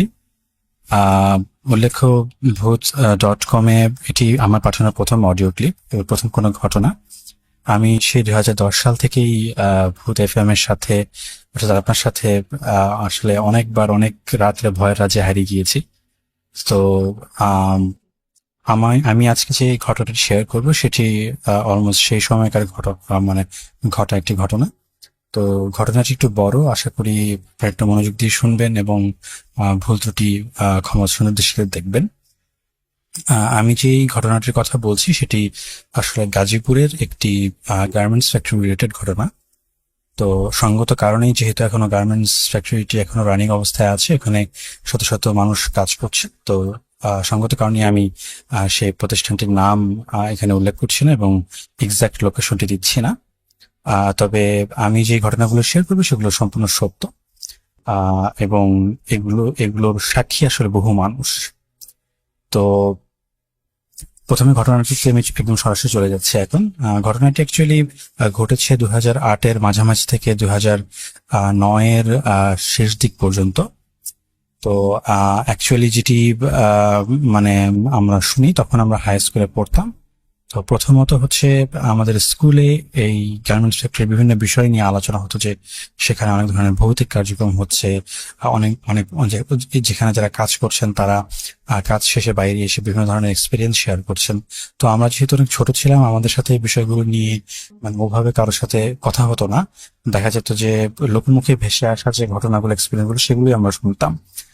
কিন্তু ওগুলো সত্যি কথা বলতে কনক্রিট ভাবে একদম যে বলার মতন কিছু মানে অমনও ছিল না। তো আমি যেই ঘটনাটি আসলে মানে এইটির যে একদম ভিতরকার একদম যেই ঘটনাগুলো, সেগুলো অ্যাকচুয়ালি শুনি ওই গার্মেন্টস ফ্যাক্টরির হচ্ছে ইমাম যিনি, তিনি হচ্ছেন আমার ক্লাসমেটের বাবা, ওই সময় ছিলেন উনি। তো উনি ওখানে প্রতিদিন 3 থেকে 4 ওয়াক্ত নামাজ উনি পড়াতেন। তো মাঝে মাঝে দেখা যেত যে ফ্যাক্টরিতে ওনাকে 5 ওয়াক্ত নামাজই ওনাকে ইমামতি করতে হতো। তো ওনার সাথে অ্যাকচুয়ালি যে ঘটনাগুলো ঘটেছে এবং মানে ওনার মুখ থেকে যেগুলো শুনেছি এবং পরবর্তীতে এই জিনিসটি কিভাবে এগিয়েছে সেটি আসলে ওনার মুখ থেকে শোনা। তো প্রথমত হচ্ছে 2008-এর শেষ দিকে আমরা শুনি যে এই গার্মেন্টস ফ্যাক্টরিতে হঠাৎ করে বিভিন্ন ধরনের কর্মী নিখোঁজ হয়ে যেতেন, কিংবা অনেককে পাওয়া যেত যাদের হচ্ছে শারীরিক অবস্থা খারাপ। এরকম মানে শারীরিক অবস্থা খারাপ বলতে আমি বোঝাচ্ছি যে অনেক মানুষ মাথা ঘুরে পড়ে যাচ্ছে কাজের সময়, অনেক মানুষ হচ্ছে মানে হুট করেই রক্ত বমি করা শুরু করতো, অনেককে হসপিটালাইজ করা হতো, হসপিটালাইজ করার পর অনেকে মারা পর্যন্ত যেত। তো এই ধরনের বিষয়গুলো নিয়ে মানে আসলে কেন ঘটছে এগুলো হাসপাতালের মানে কোনো ধরনের প্রথমে ধারণা করা হয়েছিল যে কোনো ক্ষতিকারক রাসায়নিক পদার্থের জন্য হয়তো এগুলো হচ্ছে, কিন্তু অ্যাকচুয়ালি পরবর্তীতে যে দেখা যায় যে পরবর্তীতে যে ঘটনাগুলো হয় কয়েক মাস পর থেকে শুরু হয়, সেগুলো হচ্ছে যে তাদের হুট করে তাদের গায়ে আঁচড়ের দাগ পাওয়া যেত, বিভিন্ন কর্মীদের গায়ে দেখা গেল তারা অজ্ঞান হয়ে যাচ্ছে এবং পরবর্তীতে তাদের গায়ে আঁচড়, এরকম কিছু। তো এইভাবে ঘটনাগুলি বিভিন্নভাবে চলতে থাকে। তো এগুলোর আসলে কোনো ধরনের সমাধান পাওয়া যাচ্ছিল না। তো প্রথমে যে জিনিসটা নিয়ে আসলে সত্যি কথা বলতে সবচেয়ে বেশি আলোচনা সৃষ্টি হয় সেটি হচ্ছে যে এখানে প্রতিদিনই দেখা গেল 1-2 জন করে যে কর্মী তারা নিখোঁজ হয়ে যেত, অর্থাৎ আজকে কাজে আসছে, তাদের সবকিছু ঠিকঠাক, তো হুট করে দেখা যেত যে তারা নেই। তো এই নিখোঁজ হয়ে যাওয়াটা মানে একটা পর্যায়ে, এবং যে তখনকার সময় সাথে কথা বলতে সিসিটিভি ক্যামেরা বা ওরকম অতটা মানে কমন ছিল না। তো মানে এটাকে চেক করার উপায় ছিল না যে তারা আসলে ফ্যাক্টরি থেকে কিভাবে বেরিয়েছে, কেউ কোনো ক্ষতি করেছে কিনা, এরকম বিষয়গুলো। আর একটা গার্মেন্টস ফ্যাক্টরিতে আসলে বিশাল একটি জায়গা জুড়ে অনেকগুলো কক্ষ, রুম, বিভিন্ন ধরন মানে একদম মানে বিশাল একটি এরিয়া। তো এত বড় এরিয়া আসলে সম্পূর্ণটাও কোনো ধরনের সার্ভেইলেন্সের আন্ডারে আনাটা আসলে কষ্টসাধ্য ব্যাপার। তো যাই হোক, তো ওই নিখোঁজ হওয়ার পর থেকে যে জিনিসটা শুরু হয়, প্রতিদিনই ভাবে করে কয়েকজন করে মানে কাজে তারা যাচ্ছে আজকে, কিন্তু পরে তারা আর কাজ থেকে বাড়িতে ফিরে যাচ্ছে না। তো তাদের যে ফ্যামিলি মেম্বার আছে তারা পরের দিন সকালে হয়তো গার্মেন্টস মানে গেটের সামনে এসে দাঁড়িয়ে থাকতেন, তারা মানে দেখতে চাইতেন যে তাদের স্বজন আসলে ভিতরে আছে কিনা, তাদের যে ফ্যামিলি মেম্বার যারা এখানে ওয়ার্কার, কিন্তু ওরকম কোনো রেসপন্স মিলতো না। তো এভাবে করে, এবং আরেকটি বিষয় হচ্ছে যে যেহেতু গার্মেন্টস ফ্যাক্টরিতে দেশের বিভিন্ন জায়গা থেকে মানুষজন আসলে কাজ করতে আসতো, সবার আসলে মানে ওর মানে মানে দেখা গেল যে খুব ভালো ব্যাকগ্রাউন্ড থেকে খুব কম মানুষজনই আসতো। তো বেশিরভাগ সময় দেখা যেত যে তারা কোনো একটা হয়তো গার্মেন্টস কর্তৃপক্ষের কাছে কোনো একটা ক্ষতিপূরণ পেয়ে এই জিনিসটা নিয়ে তারা চুপসে যেত, বা এটি নিয়ে তারা কোনো স্টেপ নিত না। তো এইভাবে করে আসলে চলছিল। তো যে জিনিসটা শুরু হয় 2009-এর শুরুর দিকে, আহ, ব্যাপক আকারে ঝামেলা হওয়া শুরু করে। ঝামেলা বলতে যেটা আমি বোঝাচ্ছি সেটা হচ্ছে এবার বিভিন্ন ওয়ার্কারদের মৃত অবস্থায় পাওয়া যাচ্ছিল, তাদের হাত পা কাটা, কারো মাথা কাটা এরকম। তো এই বিষয়গুলোকে মানে কিভাবে যেন অনেক সময় এড়িয়ে যাওয়া হতো আর কি, গার্মেন্টস হচ্ছে এভাবে বিষয়গুলোকে এড়িয়ে যেত। এগুলোকে আইন শৃঙ্খলা রক্ষাকারী বাহিনীর আন্ডারে এনে কিছু করা বা এইসব স্টেপ আমরা তখন শুনিনি যে গার্মেন্টস কর্তৃপক্ষ নিয়েছে, কিংবা নিলেও আমরা আসলে সত্যি কথা বলতে ওরকম সংবাদ পাইনি। তো আমাদের যিনি আঙ্কেল, এই আঙ্কেলের নাম হচ্ছে মফিদ আঙ্কেল। তো সেই আঙ্কেলের কাছ থেকে পরবর্তীতে আসলে ঘটনার একদম বিবরণগুলো আমরা এভাবে শুনতাম। তো উনি যে জিনিসটা প্রথমে ফেস করেন আমি সেটি শেয়ার করছি। উনি প্রথমে যেটা ফেস করেন সেটি হচ্ছে যে একদিন উনি রাতের বেলা উনি ফজরের নামাজ পড়াবেন। ওদিন উনি ফ্যাক্টরিতে থেকে গিয়েছেন। তো ওনাকে আসলে থাকার জন্য একটি জায়গা করে দেওয়া হয়েছিল, সেটি হচ্ছে যে উনি একটি স্টোর রুমে থাকতেন, একটি ছোট স্টোর রুম, সেখানে একটি ছোট চৌকির মতো ব্যবস্থা করা ছিল, ওখানে তিনি বিশ্রাম নিতেন, ওখানে উনি থাকতেন যদি রাত্রে ওনাকে গার্মেন্টস থাকতে হতো তাহলে। তো এই অবস্থাতে উনি দেখছিলেন যে ওনাদের যে করিডোর, দরজার সামনে করিডোর, সেই করিডোরের সামনে দিয়ে একটি ছায়া আসছে আর যাচ্ছে খুব দ্রুত। অর্থাৎ মানে একবার ডান থেকে বামে, একবার বাম থেকে ডানে এইভাবে আসা যাওয়া করছে। তো ওই আঙ্কেল হচ্ছে তার যে রুমের যে দরজাটি সেটি কিছুটা খোলা রেখেছিলেন। তো ওইখান থেকে উনি অবয়বটা মানে অস্তিত্ব টের পাচ্ছিলেন যে আসতে যাচ্ছে।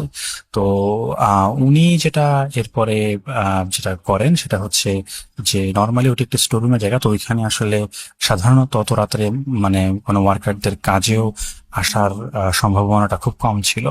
তো উনি সন্দেহবশত উনি যেটা করেন, উনি উঠে দাঁড়ান বিছানা থেকে এবং উনি দরজাটাকে আর একটু বড় বড় আকারে খুলে দেন। তো খুলে দেওয়ার পরে উনি যেটা দেখেন সেটা হচ্ছে একটি অস্বাভাবিক রকমের কালো রঙের একটি মানুষ, প্রায় তার উচ্চতা 6 থেকে 6.5 ফিট হবে, এবং তার হাত পা হচ্ছে প্রচন্ড কালো এবং হাতের নখগুলো বিশাল বড় বড়।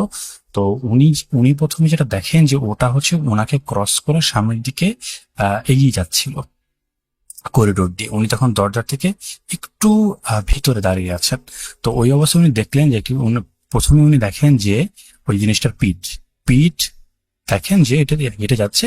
ওটি পরনে ছিল একটি, আমরা গ্রামের যারা কৃষক আছেন তারা অনেকে লুঙ্গি বা ধুতিকে আগে যে কাছা দিয়ে পরা জিনিসটাকে যেটা বলে, ওইভাবে একটা সাদা রঙের মানে লুঙ্গি বা ধুতির মতো কিছু একটা কাছা দিয়ে পরা।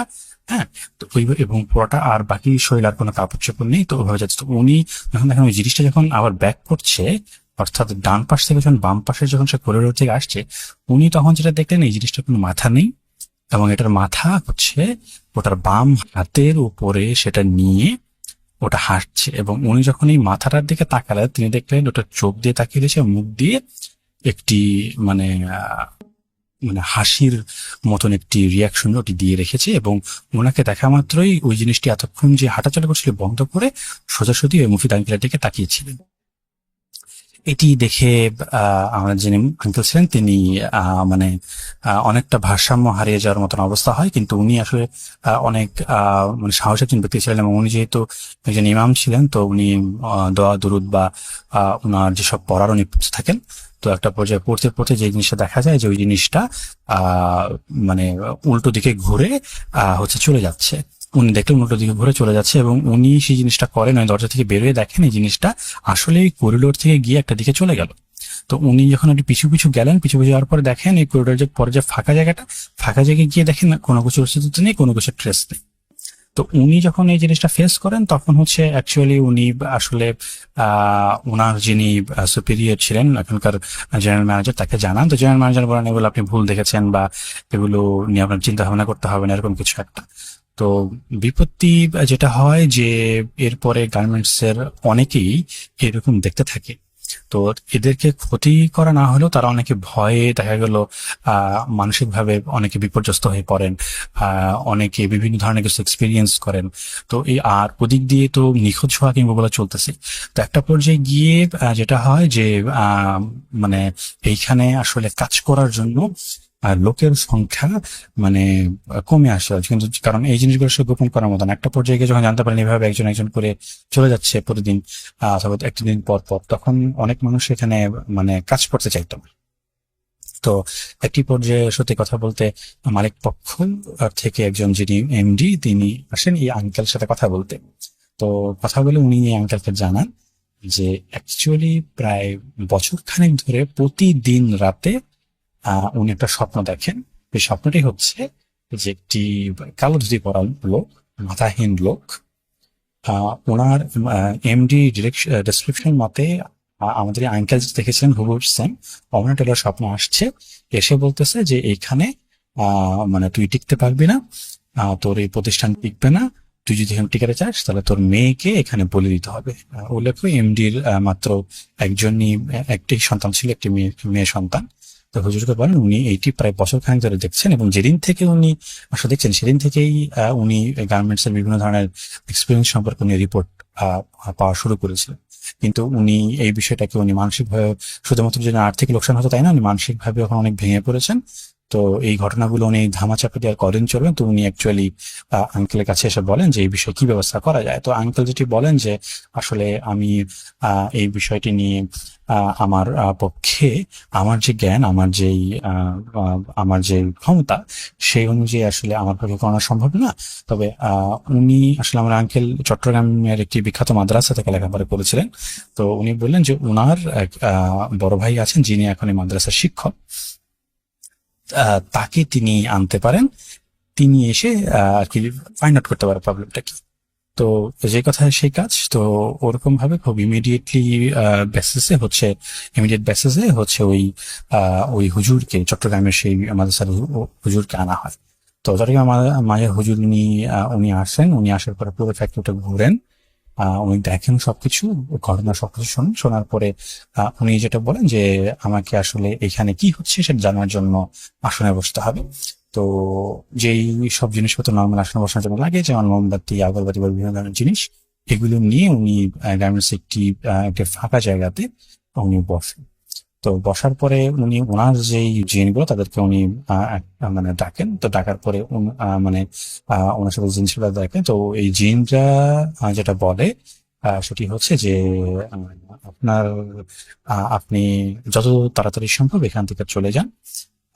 এই জায়গাটিতে এত বড় শয়তানের মাধ্যমে এই জায়গাগুলোতে এমন কিছু কাজ করা হয়েছে, কালামি করা হয়েছে, কিংবা এখানে কোনো কালো যাতে এমন কিছু একটা হবে করা হয়েছে যে এইখানে মানে এই সমস্যাটা মানে সলভ যারা করতে যাবে তাদেরকে নিঃশেষ করে দেওয়া হবে এমন কিছু একটা। তো আমাদের মানে ওই জিনরা বলছে যে তাদের শক্তিতে এটা কুলাবে না কাজ করা। কিন্তু ওরা যেটা জানে যে কেন করা হয়েছে এটা জানার পরে তারা বলে যে অ্যাকচুয়ালি তারই অর্থাৎ গার্মেন্টস এর যে এমডি তারই এক অত্যন্ত ঘনিষ্ঠ ব্যক্তি, মানে ঘনিষ্ঠ বলতে সে আর কি একজন পরিবারের একজন সদস্য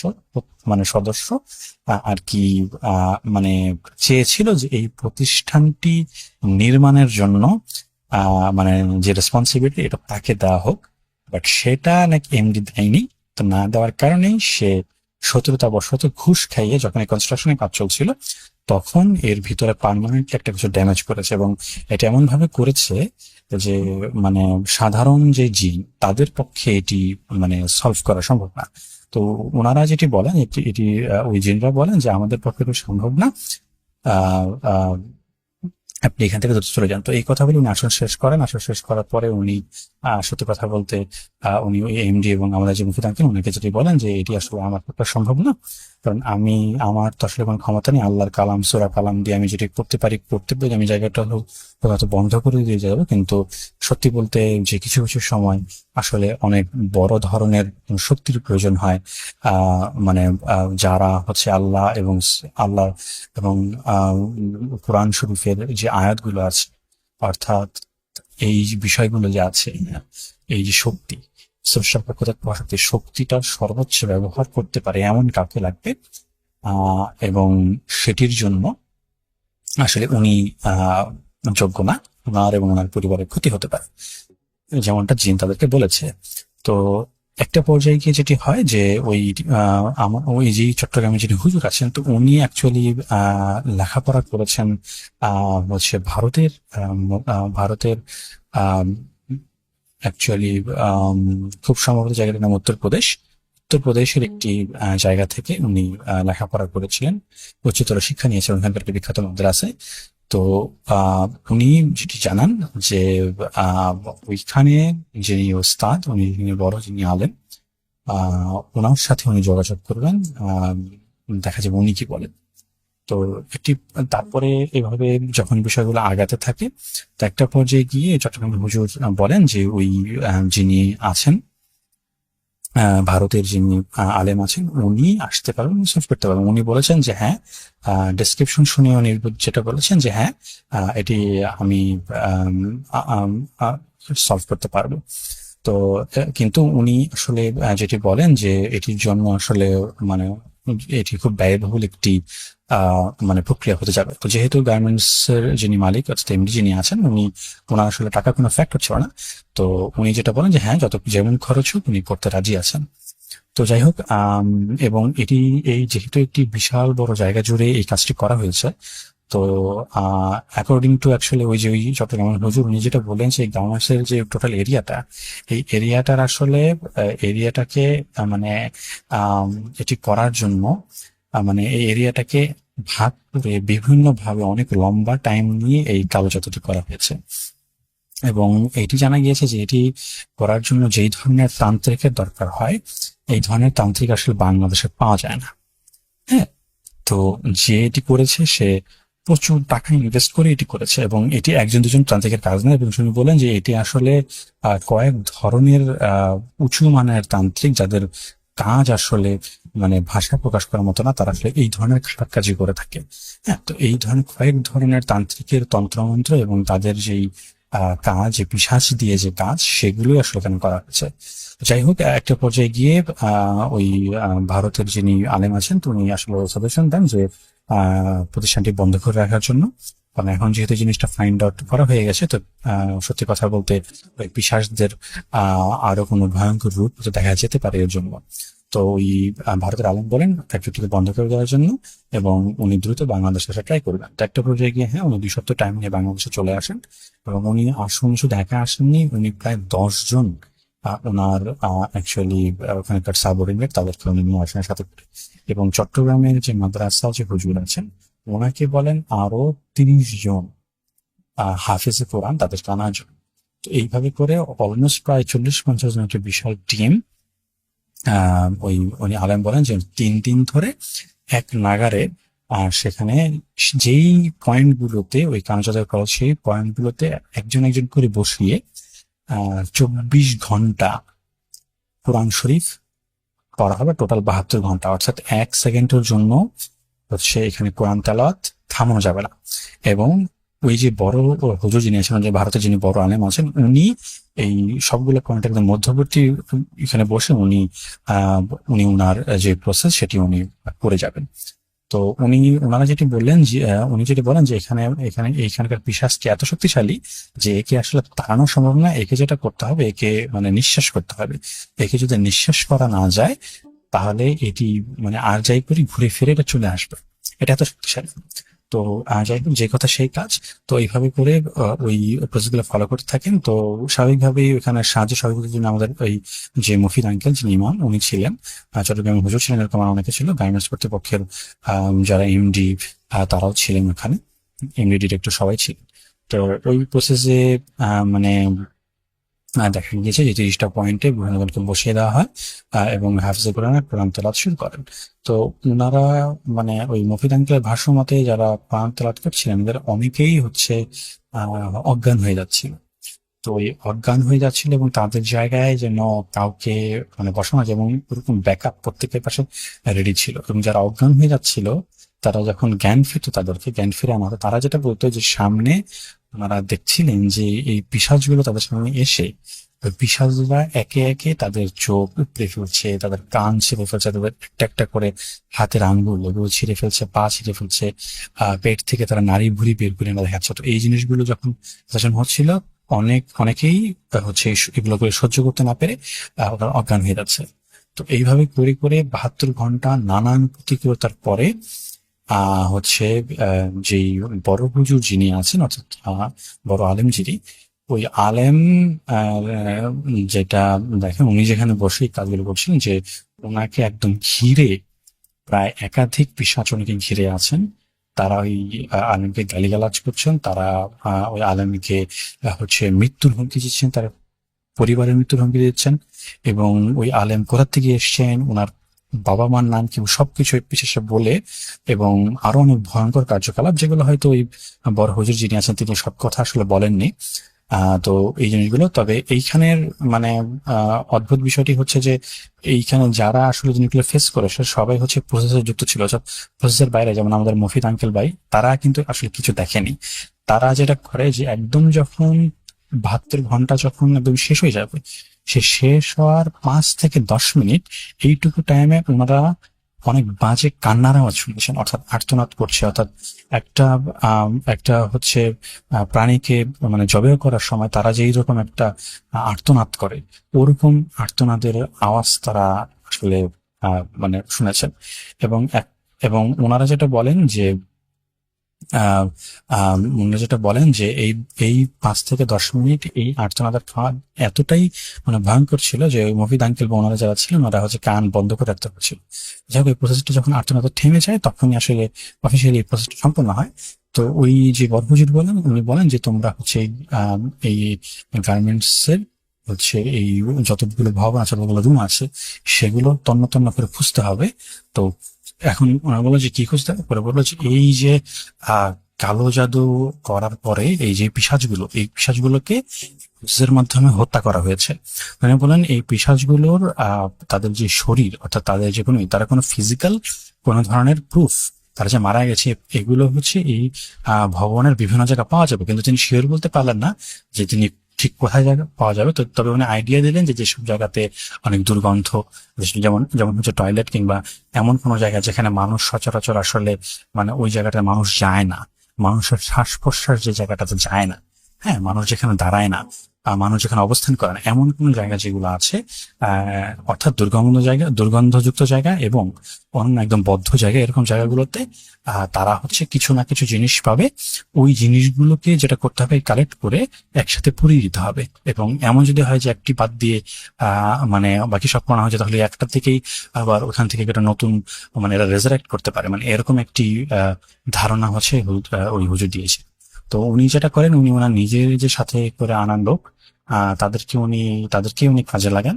তো ওখান থেকে একটা পর্যায়ে প্রায় হচ্ছে 50 থেকে 60 জনের একটি দল তন্ন তন্ন করে খুঁজে তারা যেগুলো পায় সেগুলো আসলে সত্যি কথা বলতে মানে তারা আসলে বিভিন্ন প্রাণীর বডি খুঁজে পায়, বডির বিভিন্ন পার্ট, যেমন কেউ হয়তো পেয়েছে যে একটি একটি বিক্ষিপ্ত মাথাবিহীন কোন বিড়াল পেয়েছে, কেউ কোন কুকুর পেয়েছে, এবং এগুলো এমন না যে কোনো একটা মানে একদম আস্ত বডি পেয়েছে এরকম কিছু না, মানে তাদের শরীরের বিভিন্ন অংশ পেয়েছে। তো এইরকম কুকুর, বিড়াল, কেউ সাপ, এই ধরনের বিভিন্ন প্রাণীর মতন করে অনেক সময় মাছও পাওয়া যাচ্ছে। তো এইভাবে করে তারা হচ্ছে অনেকগুলো তারা এরকম তারা পান, এবং পেয়ে ওনারা যেটা করেন যে একসাথে ওগুলোকে ওনারা পুড়িয়ে দেন। তো পুড়িয়ে দেওয়ার পরে ওই বড় হুজুর যিনি বলেন যে এখানে মাসে অন্তত একদিন হচ্ছে একটি কোরআন খতমের আয়োজন করতে হবে, যেখানে অন্তত অন্তত 12 জন হাফেজে কোরআন এখানে সারা দিন এখানে কোরআন তেলাওয়াত করবে, অন্তত মাসের একটা দিন হলেও এটা এটা করতে হবে। তো এর মাধ্যমে উনি যেই মানে ওই ভারত থেকে আসা যে দলটি সেটি চলে যায়, চট্টগ্রামের মাদ্রাসা থেকে যারা আসা তারা ওইভাবে করে চলে যায়। তো এরপর থেকে আসলে আমরা ওইখানে ঘটা আর কোনো ঘটনা আমরা শুনিনি। এরপর থেকে আমরা যেটা শুনতাম, ওই যেই মালিক ছিলেন গার্মেন্টস এর, উনি হচ্ছে প্রতি মাসে একটা আয়োজন করতেন। উনি শুধু এটাই করতেন না, উনি যেটি করতেন ওই সাথে গরিব দুঃখীদের খাওয়া দাওয়া উনি ব্যবস্থা করে দিতেন ওই একটি দিনে। তো এইভাবে হচ্ছে অ্যাকচুয়ালি ওই জিনিসটা মানে সলভ হয়। তো এখনো ওই গার্মেন্টসে আসলে এই রীতিটা চালু আছে কিনা জানি না, কারণ প্রায় 13-14 বছর হয়ে গিয়েছে। এর মধ্যে আরো অনেক ডিটেলস ছিল আসলে যেগুলো আমার আবছা আবছা মনে আছে, যেহেতু অনেক আগের ঘটনা। আমি এগুলো আসলে আবছা ভাবে শেয়ার করতে চাই না, যে জিনিসগুলো আমি শিওর মনে আছে সেগুলোই আমি আসলে শেয়ার করতে চাইছিলাম। তো এই পুরোটা মানে ঘটনাটি হচ্ছে 2008-এর আসলে মাঝামাঝি থেকে 2009-এর শেষ মুহূর্ত, এইরকম একটি জায়গা জুড়ে আসলে বছর দেড়েকের মতন কাছাকাছি জুড়ে বিস্তৃত ছিল। তো আমরা আসলে এই মুফিদ আঙ্কেলের কাছ থেকে এই বিবরণগুলোই শুনেছি। এবং এখানে আমি ব্যক্তিগতভাবে বলে রাখি যে আম, আহ, আমার আসলে এই ঘটনাগুলো শোনার পর থেকে একটি ভৌতিক বিষয়ের উপরে আসলে আমি আগ্রহ সৃষ্টি হয়, এবং এইখান থেকে আসলে আমার ভূত এফএম শোনার যে যাত্রাটা আসলে শুরু। তো আমি দীর্ঘ সময় 5-6 বছর টানা এমন কোনো এপিসোড নেই যে মিস দেইনি। পরবর্তীতে লেখাপড়ার প্রেসারে হচ্ছে একটা পর্যায়ে গিয়ে আর শোনা হতো না। তো এখন আমার যখন ভূত ডটকম এসছে, এটি জানার পর থেকে আমি সবগুলো এপিসোডই শোনার ট্রাই করেছি স্বাধীন মিউজিক অ্যাপে। তো ধন্যবাদ যারা আমার ঘটনাটি শুনলেন। রাসেল ভাই, যদি আমার ঘটনাটি পছন্দ হয় অবশ্যই প্রচার করবেন, আপনার কাছে অনুরোধ রইল। এবং আর আমার কাছে আসলে সত্যি কথা বলতে আমি অনেকগুলো ঘটনা আমার কাছে আছে। তো এই ঘটনাগুলো আমি শেয়ার করব। যদি এটি প্রচার করা হয় তাহলে আমি মানে আমি অনেক অ্যাপ্রিসিয়েট করবো, এবং অন্য যে ঘটনাগুলো পাঠানোর জন্য আমি তৈরি থাকবো। তো আপনাকে ধন্যবাদ, সবাইকে ধন্যবাদ যারা এতক্ষণ কষ্ট করে শুনুন। আসসালামু আলাইকুম।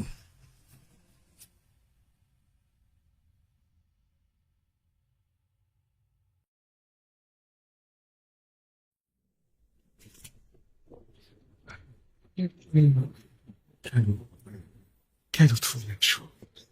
আমি শুধু তোমার সাথেই থাকতে চাই। কিভাবে সম্ভব? মৃতদের এই পৃথিবীতে থাকতে নেই। তুমি তুমি চলে যাও, চলে যাও, প্লিজ চলে যাও। সবটাই কি ইলুশন, নাকি অন্য জগতের কেউ চির হয়ে যান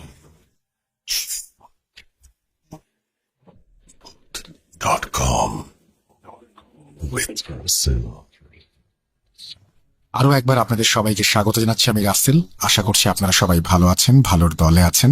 আমাদের দ্বিতীয় অডিও ক্লিপে যাওয়ার সময় হয়ে গেছে। আমাদের ইমেল অ্যাড্রেস russell.bhut.com@gmail.com। আপনার নাম, ঠিকানা এবং ফোন নাম্বার সহ আপনার জীবনে ঘটে যাওয়া বা আপনার জানা সেরা ঘটনা লিখে পাঠিয়ে দিন আমাদের কাছে। ঘটনার শুরুতে অবশ্যই উল্লেখ করুন যে ঘটনাটি আপনি স্টুডিওতে এসে শেয়ার করতে চান, নাকি আপনি চান আপনার ঘটনা আমরা পড়ে শুনে। যারা দেশের বাইরে রয়েছেন তারা সরাসরি অডিও ক্লিপ পাঠাতে পারেন বা লিখেও পাঠাতে পারেন ঘটনা। আমরা চলে যাচ্ছি আমাদের পরবর্তী ঘটনায়। হ্যালো রাসেল ভাই, আশা করি আপনি ভালো আছেন। আমি আমার নামটি বলতে পারছি না, হয়তো সঙ্গত কারণে যেন আমি আমার নামটি বলতে পারছি না, বাট আমি আমার ঠিকানাটি বলে দিচ্ছি। আমি সিলেট বিভাগের মৌলভীবাজার জেলা শ্রীমঙ্গল উপজেলা কোন একটি গ্রামে। তো আজ আমি যে ঘটনাটা আপনাদেরকে শেয়ার করবো সেটা আমার নিজের সাথে ঘটে যাওয়া একটি ঘটনা। আশা করি আপনাদেরকে ভালো লাগবে, এবং ঘটনাতে যদি কোনো ভুল ত্রুটি থাকে তাহলে প্লিজ ছোট ভাই হিসেবে ক্ষমা করবেন। 2021 সালে আমি ঢাকা জব করার জন্য চাই, এবং প্রায় 3-4 মাস বা 5-6 মাস পর আমি গ্রামে আসি। এরকমই একবার আমি গ্রামে আসি, লাস্ট যে মানে গ্রামে আসি সে সময়ের ঘটনা। তো চাকরি জীবনে মানে আমার চাকরি জীবনে যা আসার পর আমার শারীরিক এবং মানসিক অনেক ধরনের পরিবর্তন মানে দেখা দেয়। এবং শারীরিক এই যে আমার শরীরটা অনেক মানে সুস্থ সবল হয়ে গেছিল, এবং আমি অনেক পরিষ্কার হয়ে গেছিলাম, যার কারণে আমি বাড়িতে ফেরার পর মানে গ্রামে ফেরার পর দিনের বেলা তেমন একটা বের হতাম না রোদ্রে। শারীরিক মানে শরীরে অনেক ধরনের প্রবলেম দেখা যায়, তার কারণে সারাদিন আমি ঘরে থাকতাম, এবং রাত হলে বা সন্ধ্যা হলে বের হতাম আমি। তো সন্ধ্যা হলে আমরা আমাদের মহল্লার মানে একটা দোকান থাকে, দোকানে একটা ক্যারম থাকে। তো আমরা সবাই ফ্রেন্ড সার্কেল সবাই মিলে আমরা সন্ধ্যাবেলা ক্যারম খেলতে যাই এবং ক্যারম খেলি, এবং প্রায় বাড়ি ফিরতে 10টা-11টা বাজে রাত প্রতিদিন।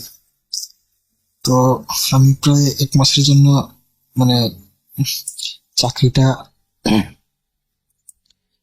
থেকে ছুটি নিয়ে আমি 1 মাসের জন্য বাসায় আসি। তো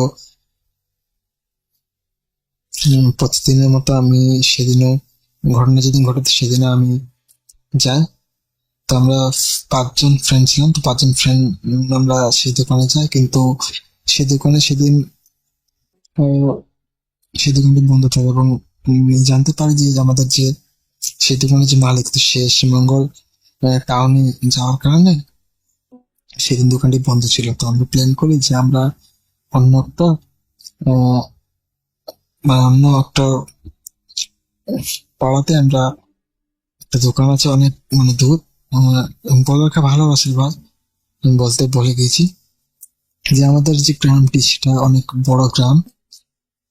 তো গ্রামটিকে যদি মানে কোনো পাড়ায়, অন্য কোনো পাড়ায় দূরে যদি কোনো কোনো ধরনের কোনো কিছু হয়, যেমন যদি কোনো মনে ধরনের মরা পড়ে কেউ মানে মারা গেলে, বা কোনো বিয়ে বা কোনো পার্টি বা কোনো ধরনের যদি কোনো কিছু হয়, পুজো টুজো হলে শহরে মানে বোঝা যায় না যে সেই মানে সেই জায়গাটাতে কোনো ধরনের কোনো কিছু হচ্ছে।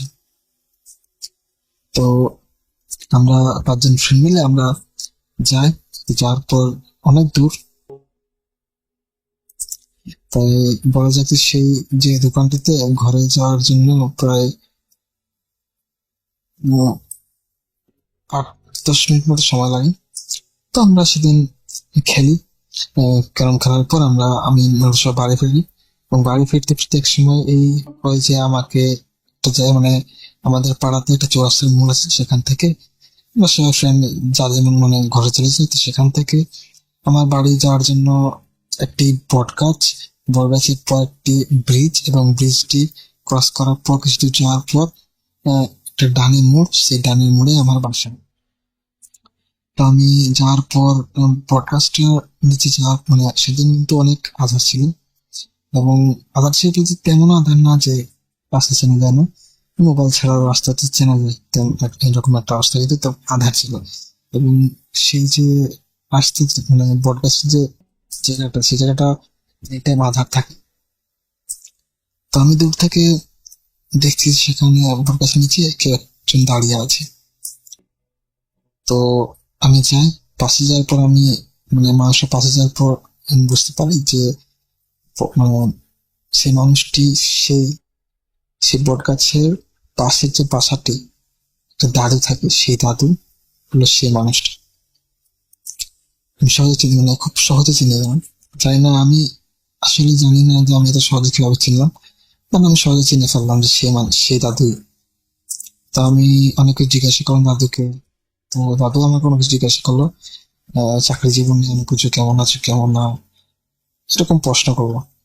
তো একসময় আমি দাদুকে বললাম যে দাদু আর চলো আমাকে একটু বাড়িতে আসবে, আমি আমার যেতে একটু সমস্যা।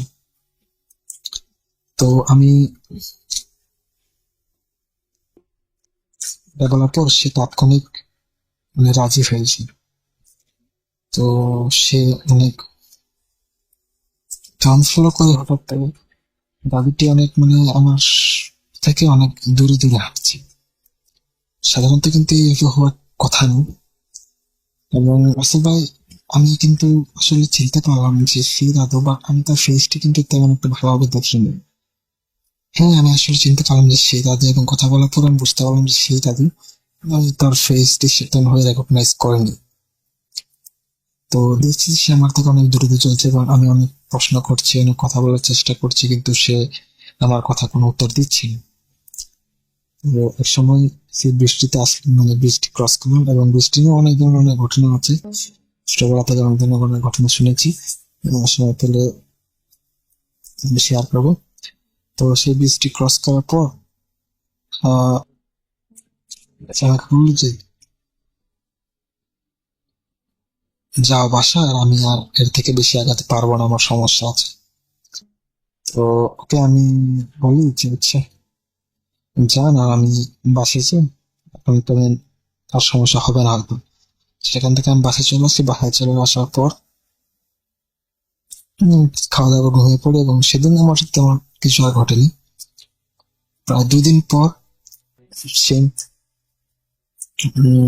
আমি সন্ধ্যাবেলা মানে বের হয় ক্যারাম খেলার জন্য। তো সেদিন আমরা পাড়াতেই দোকানটি খোলা ছিল, তো সেদিন সেখানে ক্যারাম খেলি। খেলার পর পরের দিনের মতো আমরা ফ্রেন্ডস আসি একসাথে, এবং এক সময় আমি সেই চৌরাস্তার মোড় থেকে একা হয়ে যাই, এবং সেদিন আবার আমি সেই দাদুকে সেই বট গাছের নিচে পাই। তো সেদিনও আমি তাকে আমাকে বাড়ি ছেড়ে দেওয়ার জন্য আমি অনুরোধ করি। তো সে আমার কথায় তাৎক্ষণিক রাজি হয়ে যায়, এবং সেখান থেকে আমরা রওনা দিই। তো আমি ফলো করি যে মানে আগের দিন যে মানে আগের দিন বলে আগের দিন যে ঘটনা যেদিন ঘটে, তো সেই দিনের যে আজ দাদু অনেক বেশি মানে ধীরে ধীরে হাঁটছে, এবং দাদুকে দেখলে মানে যে আমাদের ফুটস্টেপ, আমরা কিন্তু অবশ্যই আমার দাদু যেহেতু একটু জোরে হাঁটছে, তাহলে অবশ্যই আমাকে একটু জোরে হাঁটতে হবে। তো দাদুর সাথে সাথে আমি চলছি, দাদুর থেকে প্রায় 10 হাত মতো আমি দূরে। 10 হাত মতো দূরে থাকাতেও কিন্তু এত একটা নিরিবিলি এলাকা, নিরিবিলি একটা নির্জন টাইপের একটা আবহাওয়া সৃষ্টি হয়েছে, যার কারণে মানে আমার হার্টবিট মতো আমি শুনতে পারছি, এরকম একটা অবস্থা। মানে আমি আমার ফুটস্টেপ কিন্তু শুনতে পারছি একদম ক্লিয়ারলি, বাট আমি দাদুর কোনো ফুটস্টেপ শুনতে পারছি না। আমার নিজের শব্দ ছাড়া, যেমন আমার পকেটে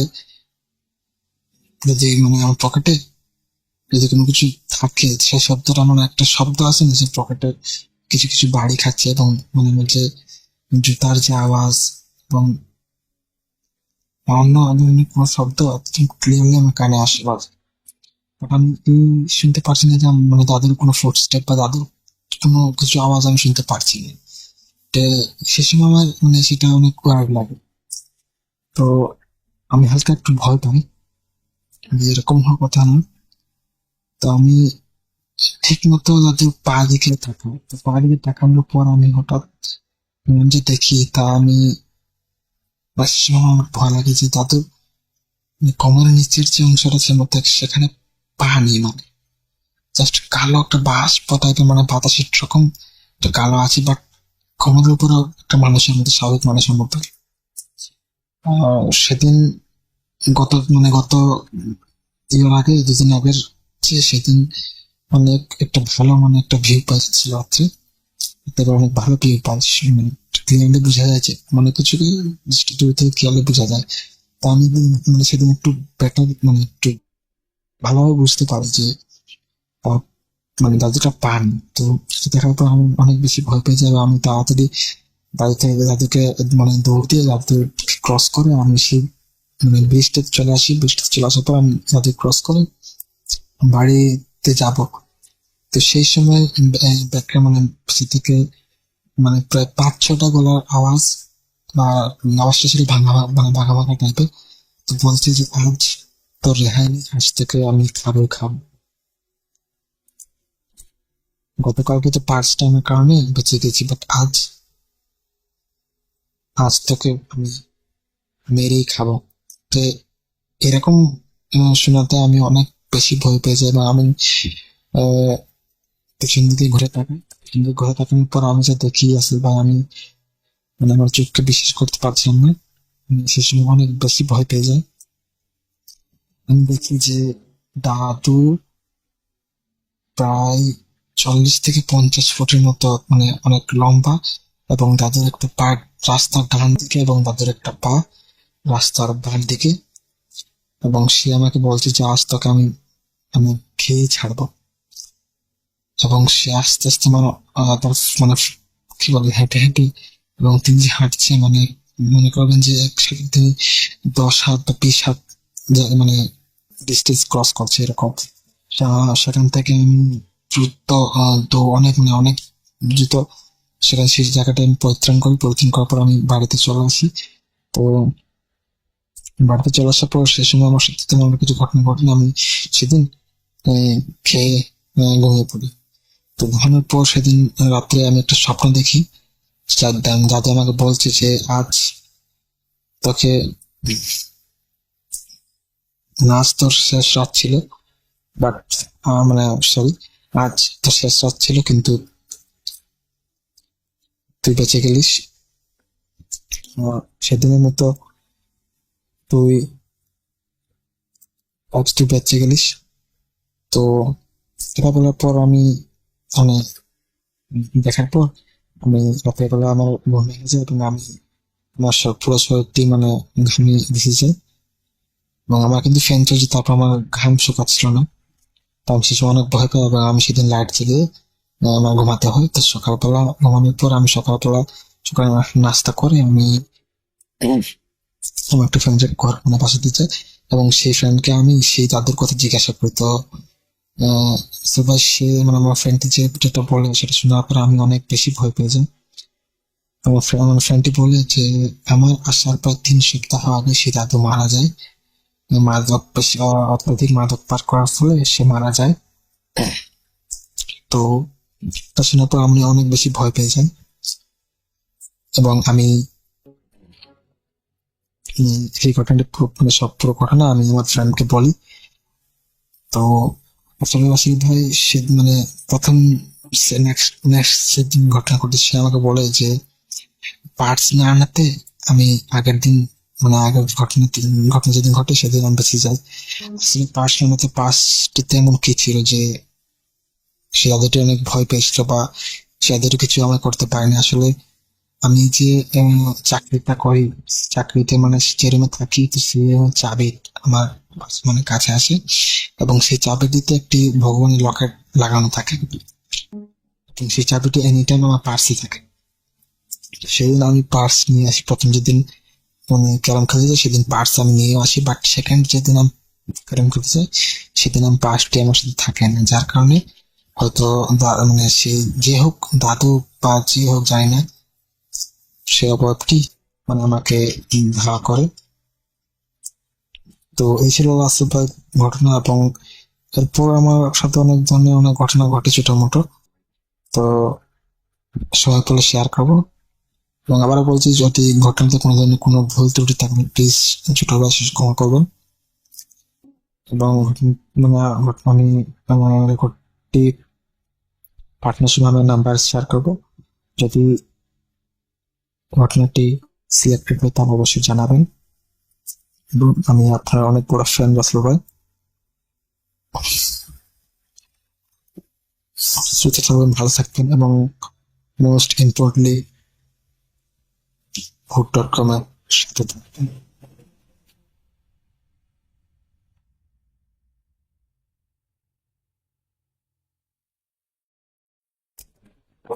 Vote.com.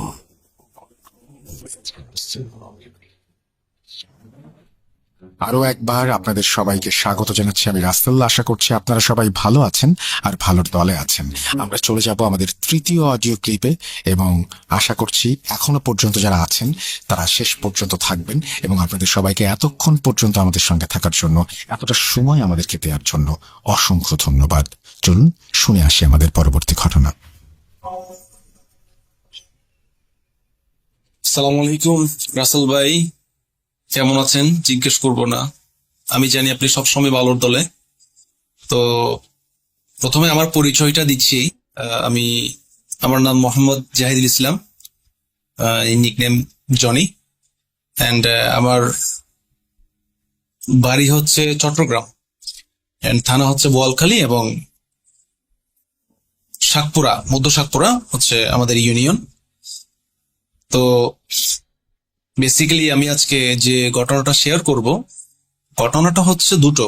আমার নিজের সাথে ঘটা হচ্ছে, আমার ফ্যামিলির সাথে ঘটা একটা ঘটনা এবং আমাদের এলাকায় ঘটা একটা ঘটনা। দুটো ঘটনা আজকে আমি শেয়ার করব। সো প্রথমে আমি আমার ফ্যামিলির সাথে বা আমাদের সাথে ঘটে যাওয়া ঘটনা দিয়ে শুরু করছি। প্রথম ঘটনায় আসি। প্রথম ঘটনা যেটা, সেটা ঘটে হচ্ছে আজকে থেকে প্রায় অ্যারাউন্ড আপনার 10 থেকে 12 বছর আগের ঘটনা, যেটা আমাদের ফ্যামিলির সাথেই ঘটে। সো ঘটনাটা যেদিন ঘটে সেদিন হচ্ছে আপনার সন্ধ্যা, মাগরিবের ঠিক আজানের পরপরেই ঘটনাটা ঘটে হচ্ছে বেসিক্যালি আমাদের ঘরের মধ্যেই। আমার আম্মু ছিল ঘরে, আমি ছিলাম। আমাদের ঘরে একজন কাজের মেয়ে ছিল, ছোট ছোট বলতে মানে আমাদের দুঃসম্পর্কে কালামণি লাগতো। অ্যান্ড আমার ভাইয়া ছিল, আব্বা ছিল না, আব্বা ছিল বিদেশ তখন। অ্যান্ড ছোট আম্মু ছিল। ফ্যামিলি মেম্বার বলতে আমরা এরাই ছিলাম, ঠিক আছে।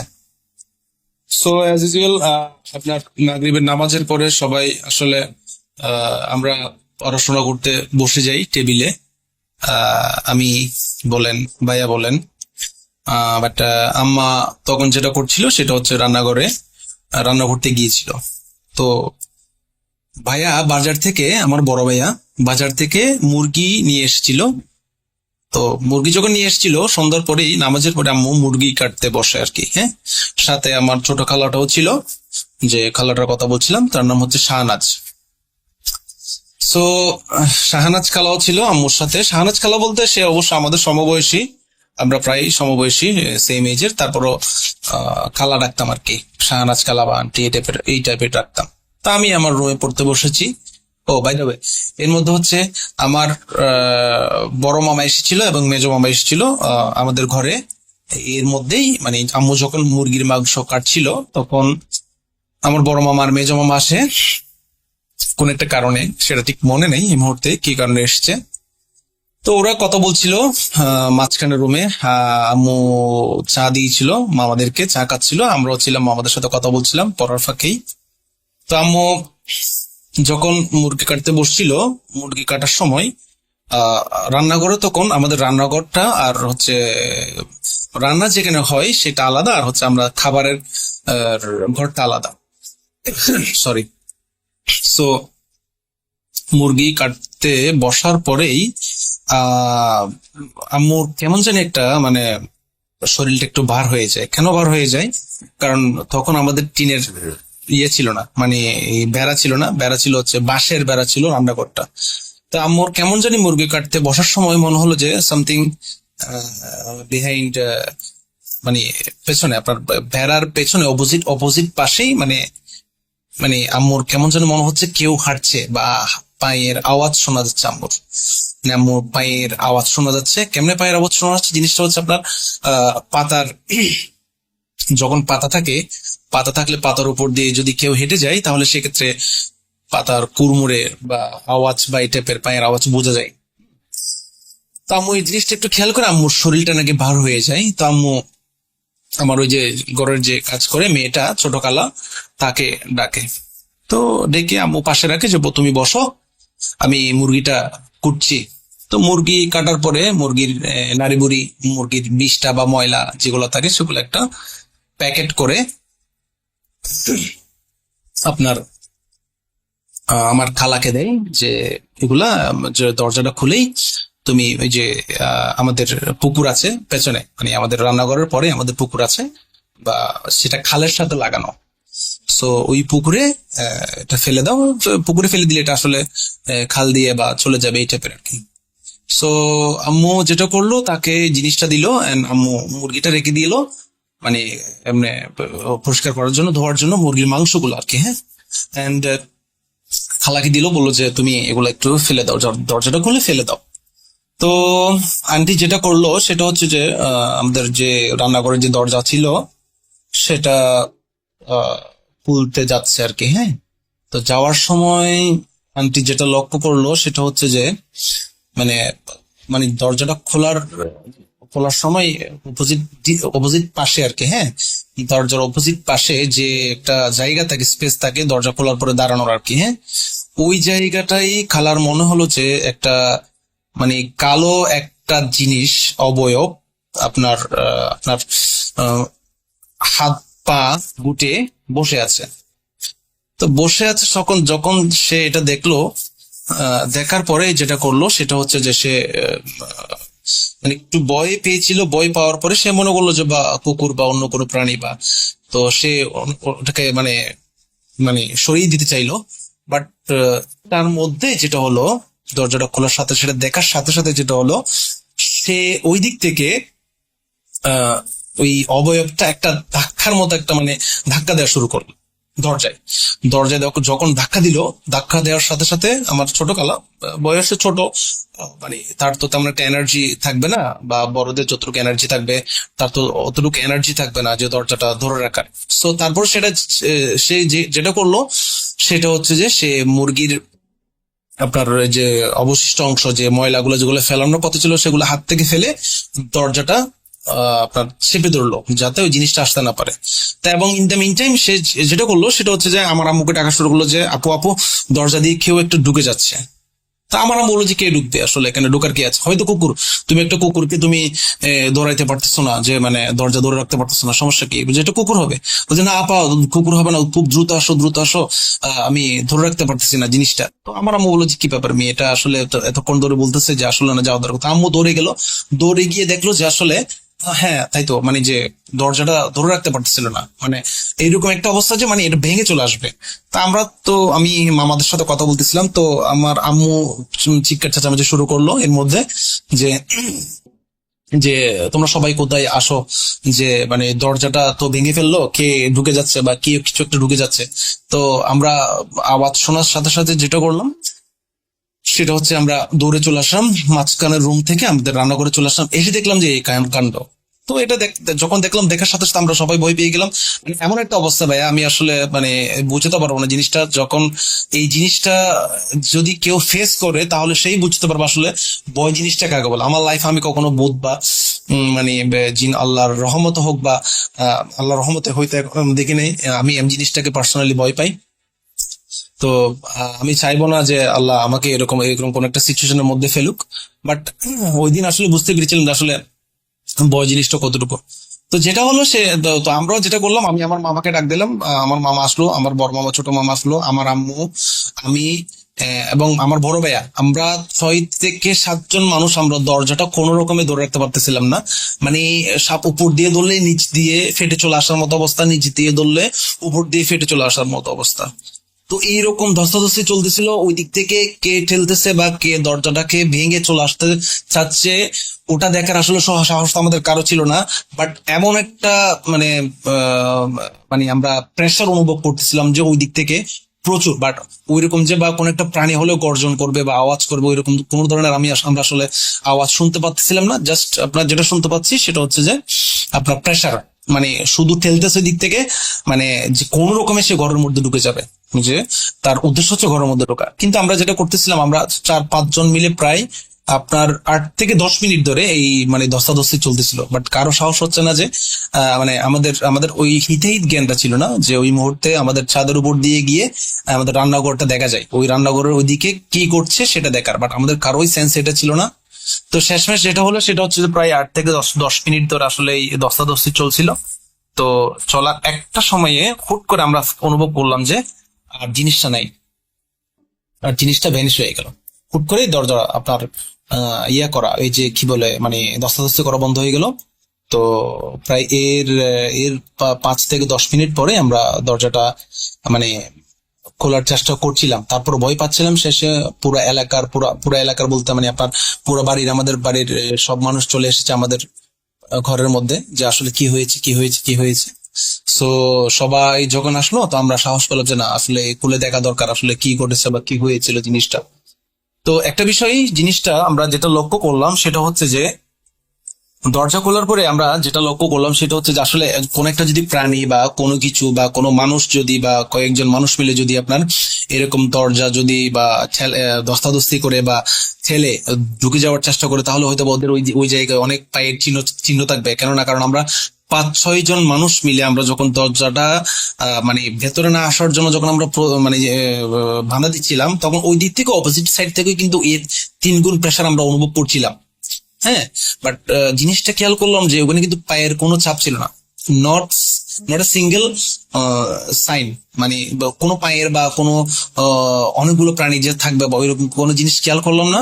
পরবর্তীতে আমরা রাত্রে, এটা যখন প্রায় 8টা 8:30 বেজে গেছিল, তো তখন খেয়াল করলাম যে আসলে বেসিক্যালি এখানে একটা জিনিসই খেয়াল করলাম, পরে সেটা নোটিস করলাম, সেটা হচ্ছে আপনার একটা আঁচড়, অনলি একটা 3টা নখের আঁচড় আপনার আমাদের ওই জায়গায় যে জায়গায় মানে ধস্তাধস্তি করা হয়েছিল, মানে নিচেই দরজার নিচেই মাটিতে 3টা আঁচড় খেয়াল করলাম, নখের আঁচড়। তো ওটা দেখার পর আসলে আমরা রিয়েলাইজ করতে পেরেছি আসলে জিনিসটা বা মানুষ বা কোনো বা জন্তুর পক্ষে বা এইভাবে করা সম্ভব না। সো সেটার পরে আমরা আসলে আর জিনিসটা নিয়ে বেশি ঘাবড়ে গিয়েছিলাম, ভয় পেয়েছিলাম। পরে যেটা করলাম সেটা হচ্ছে ওই দিন তো আর আসলে সম্ভব হয়নি, বাট পরের দিন আমরা যেটা করলাম আমাদের মসজিদের ইমামকে নিয়ে আসলাম। সো মসজিদের ইমামকে এনে আমরা জিনিসটা দেখালাম এবং পুরো জিনিসটা ওনার সাথে শেয়ার করলাম। তো শেয়ার করার পরে বেসিক্যালি উনি যেটা বললো আর কি, হ্যাঁ, যে আসলে এটা আসলে একটা খারাপ জিনিস ছিল, যে যেটা বা পেতনি বা এই টাইপের জিনিস আর কি, বা হ্যাঁ হয়তো বা জিন টাইপের জিনিস, যেটা যদি এইটা চাচ্ছিল যে আসলে বেসিক্যালি পেতনি বলা হয়। পেতনি জিনিসটা হচ্ছে ওই যে যখন আম্মু যখন মুরগির মাংস করছিল, মুরগির কন্দ বা ওই যে মুরগির নাড়ি বুড়ির কন্দ এগুলা মানে পেয়ে উনি ওই জিনিসটা এসেছিল এগুলো খাওয়ার জন্য বা এই টাইপের কিছু আর কি। তো হুজুর যেটা বললো সেটা হচ্ছে উনি যদি ওই জিনিসটা যদি ঘরের মধ্যে ঢুকতো তাহলে আপনাদের অনেক ক্ষতি হয়ে যেত, মানে এটাকে বের করাটা অনেক টাফ হয়ে যেত। যাক, মানে উনি বললো যে যাক আলহামদুলিল্লাহ আপনারা সক্ষম হয়েছেন যে উনি ঘরে ঢুকতে পারেনি বা এই টাইপের কিছু হয়নি। তো পরবর্তীতে আমরা যেটা করেছি সেটা হচ্ছে হুজুরকে দিয়ে আমরা আবার আমাদের পুরা ঘরটা, যেটাকে বলে বন, হ্যাঁ বন করা, আমরা বন করে ফেলি। তো এরপর থেকে আলহামদুলিল্লাহ আর কোনো সমস্যা হয়নি। সো রাসেল ভাই, এটি ছিল আমার প্রথম ঘটনা। আর ইনশাল্লাহ আমার কাছে আরো একটি ঘটনা আছে। তো যেহেতু স্টোরিটা অনেক লম্বা হয়ে যাচ্ছে, আমি এই ঘটনাটি, আমার পরবর্তী ঘটনাটি আমি আবার ভয়েস দিয়ে পাঠিয়ে দিব। অলরেডি আপনার 13 মিনিট হয়ে গেছে, সো আমি আর মানে কথা বাড়াতে চাচ্ছি না। জানি না আমার ঘটনাটা আসলে কতটুকু ভয়ের, বাট সত্য কথা এবং সত্য ঘটনা, এবং এটা আসলে এখানে মিথ্যা বা কোনো কিছু নাই, এবং আমার সাথেই আমার ফ্যামিলির সাথেই ঘটে যাওয়া এই ঘটনা। চেয়েছিলাম যে দুটো ঘটনায় শেয়ার করবো, আর একটা ঘটনা ছিল আমার এলাকার, বাট আসলে ইনশাল্লাহ এটা হয়তো অন্য একটা দিন শেয়ার করব। তো রাসেল ভাই ভালো থাকবেন, আর যদি আমার ঘটনা সিলেক্ট হয় অবশ্যই অবশ্যই আমাকে জানাবেন। এটা আমার বুথ.com এ পাঠানো প্রথম ঘটনা। আমি বুথ FM থেকে শুরু করে এখনো পর্যন্ত আপনার সব ধরনের সবগুলো এপিসোড আমি শুনি স্বাধীন অ্যাপসে। সো ইনশাল্লাহ আবারও কখনো যদি সুযোগ পাই আমার যে ঘটনাটা বাকি ছিল সেটা আমি পাঠিয়ে দেব।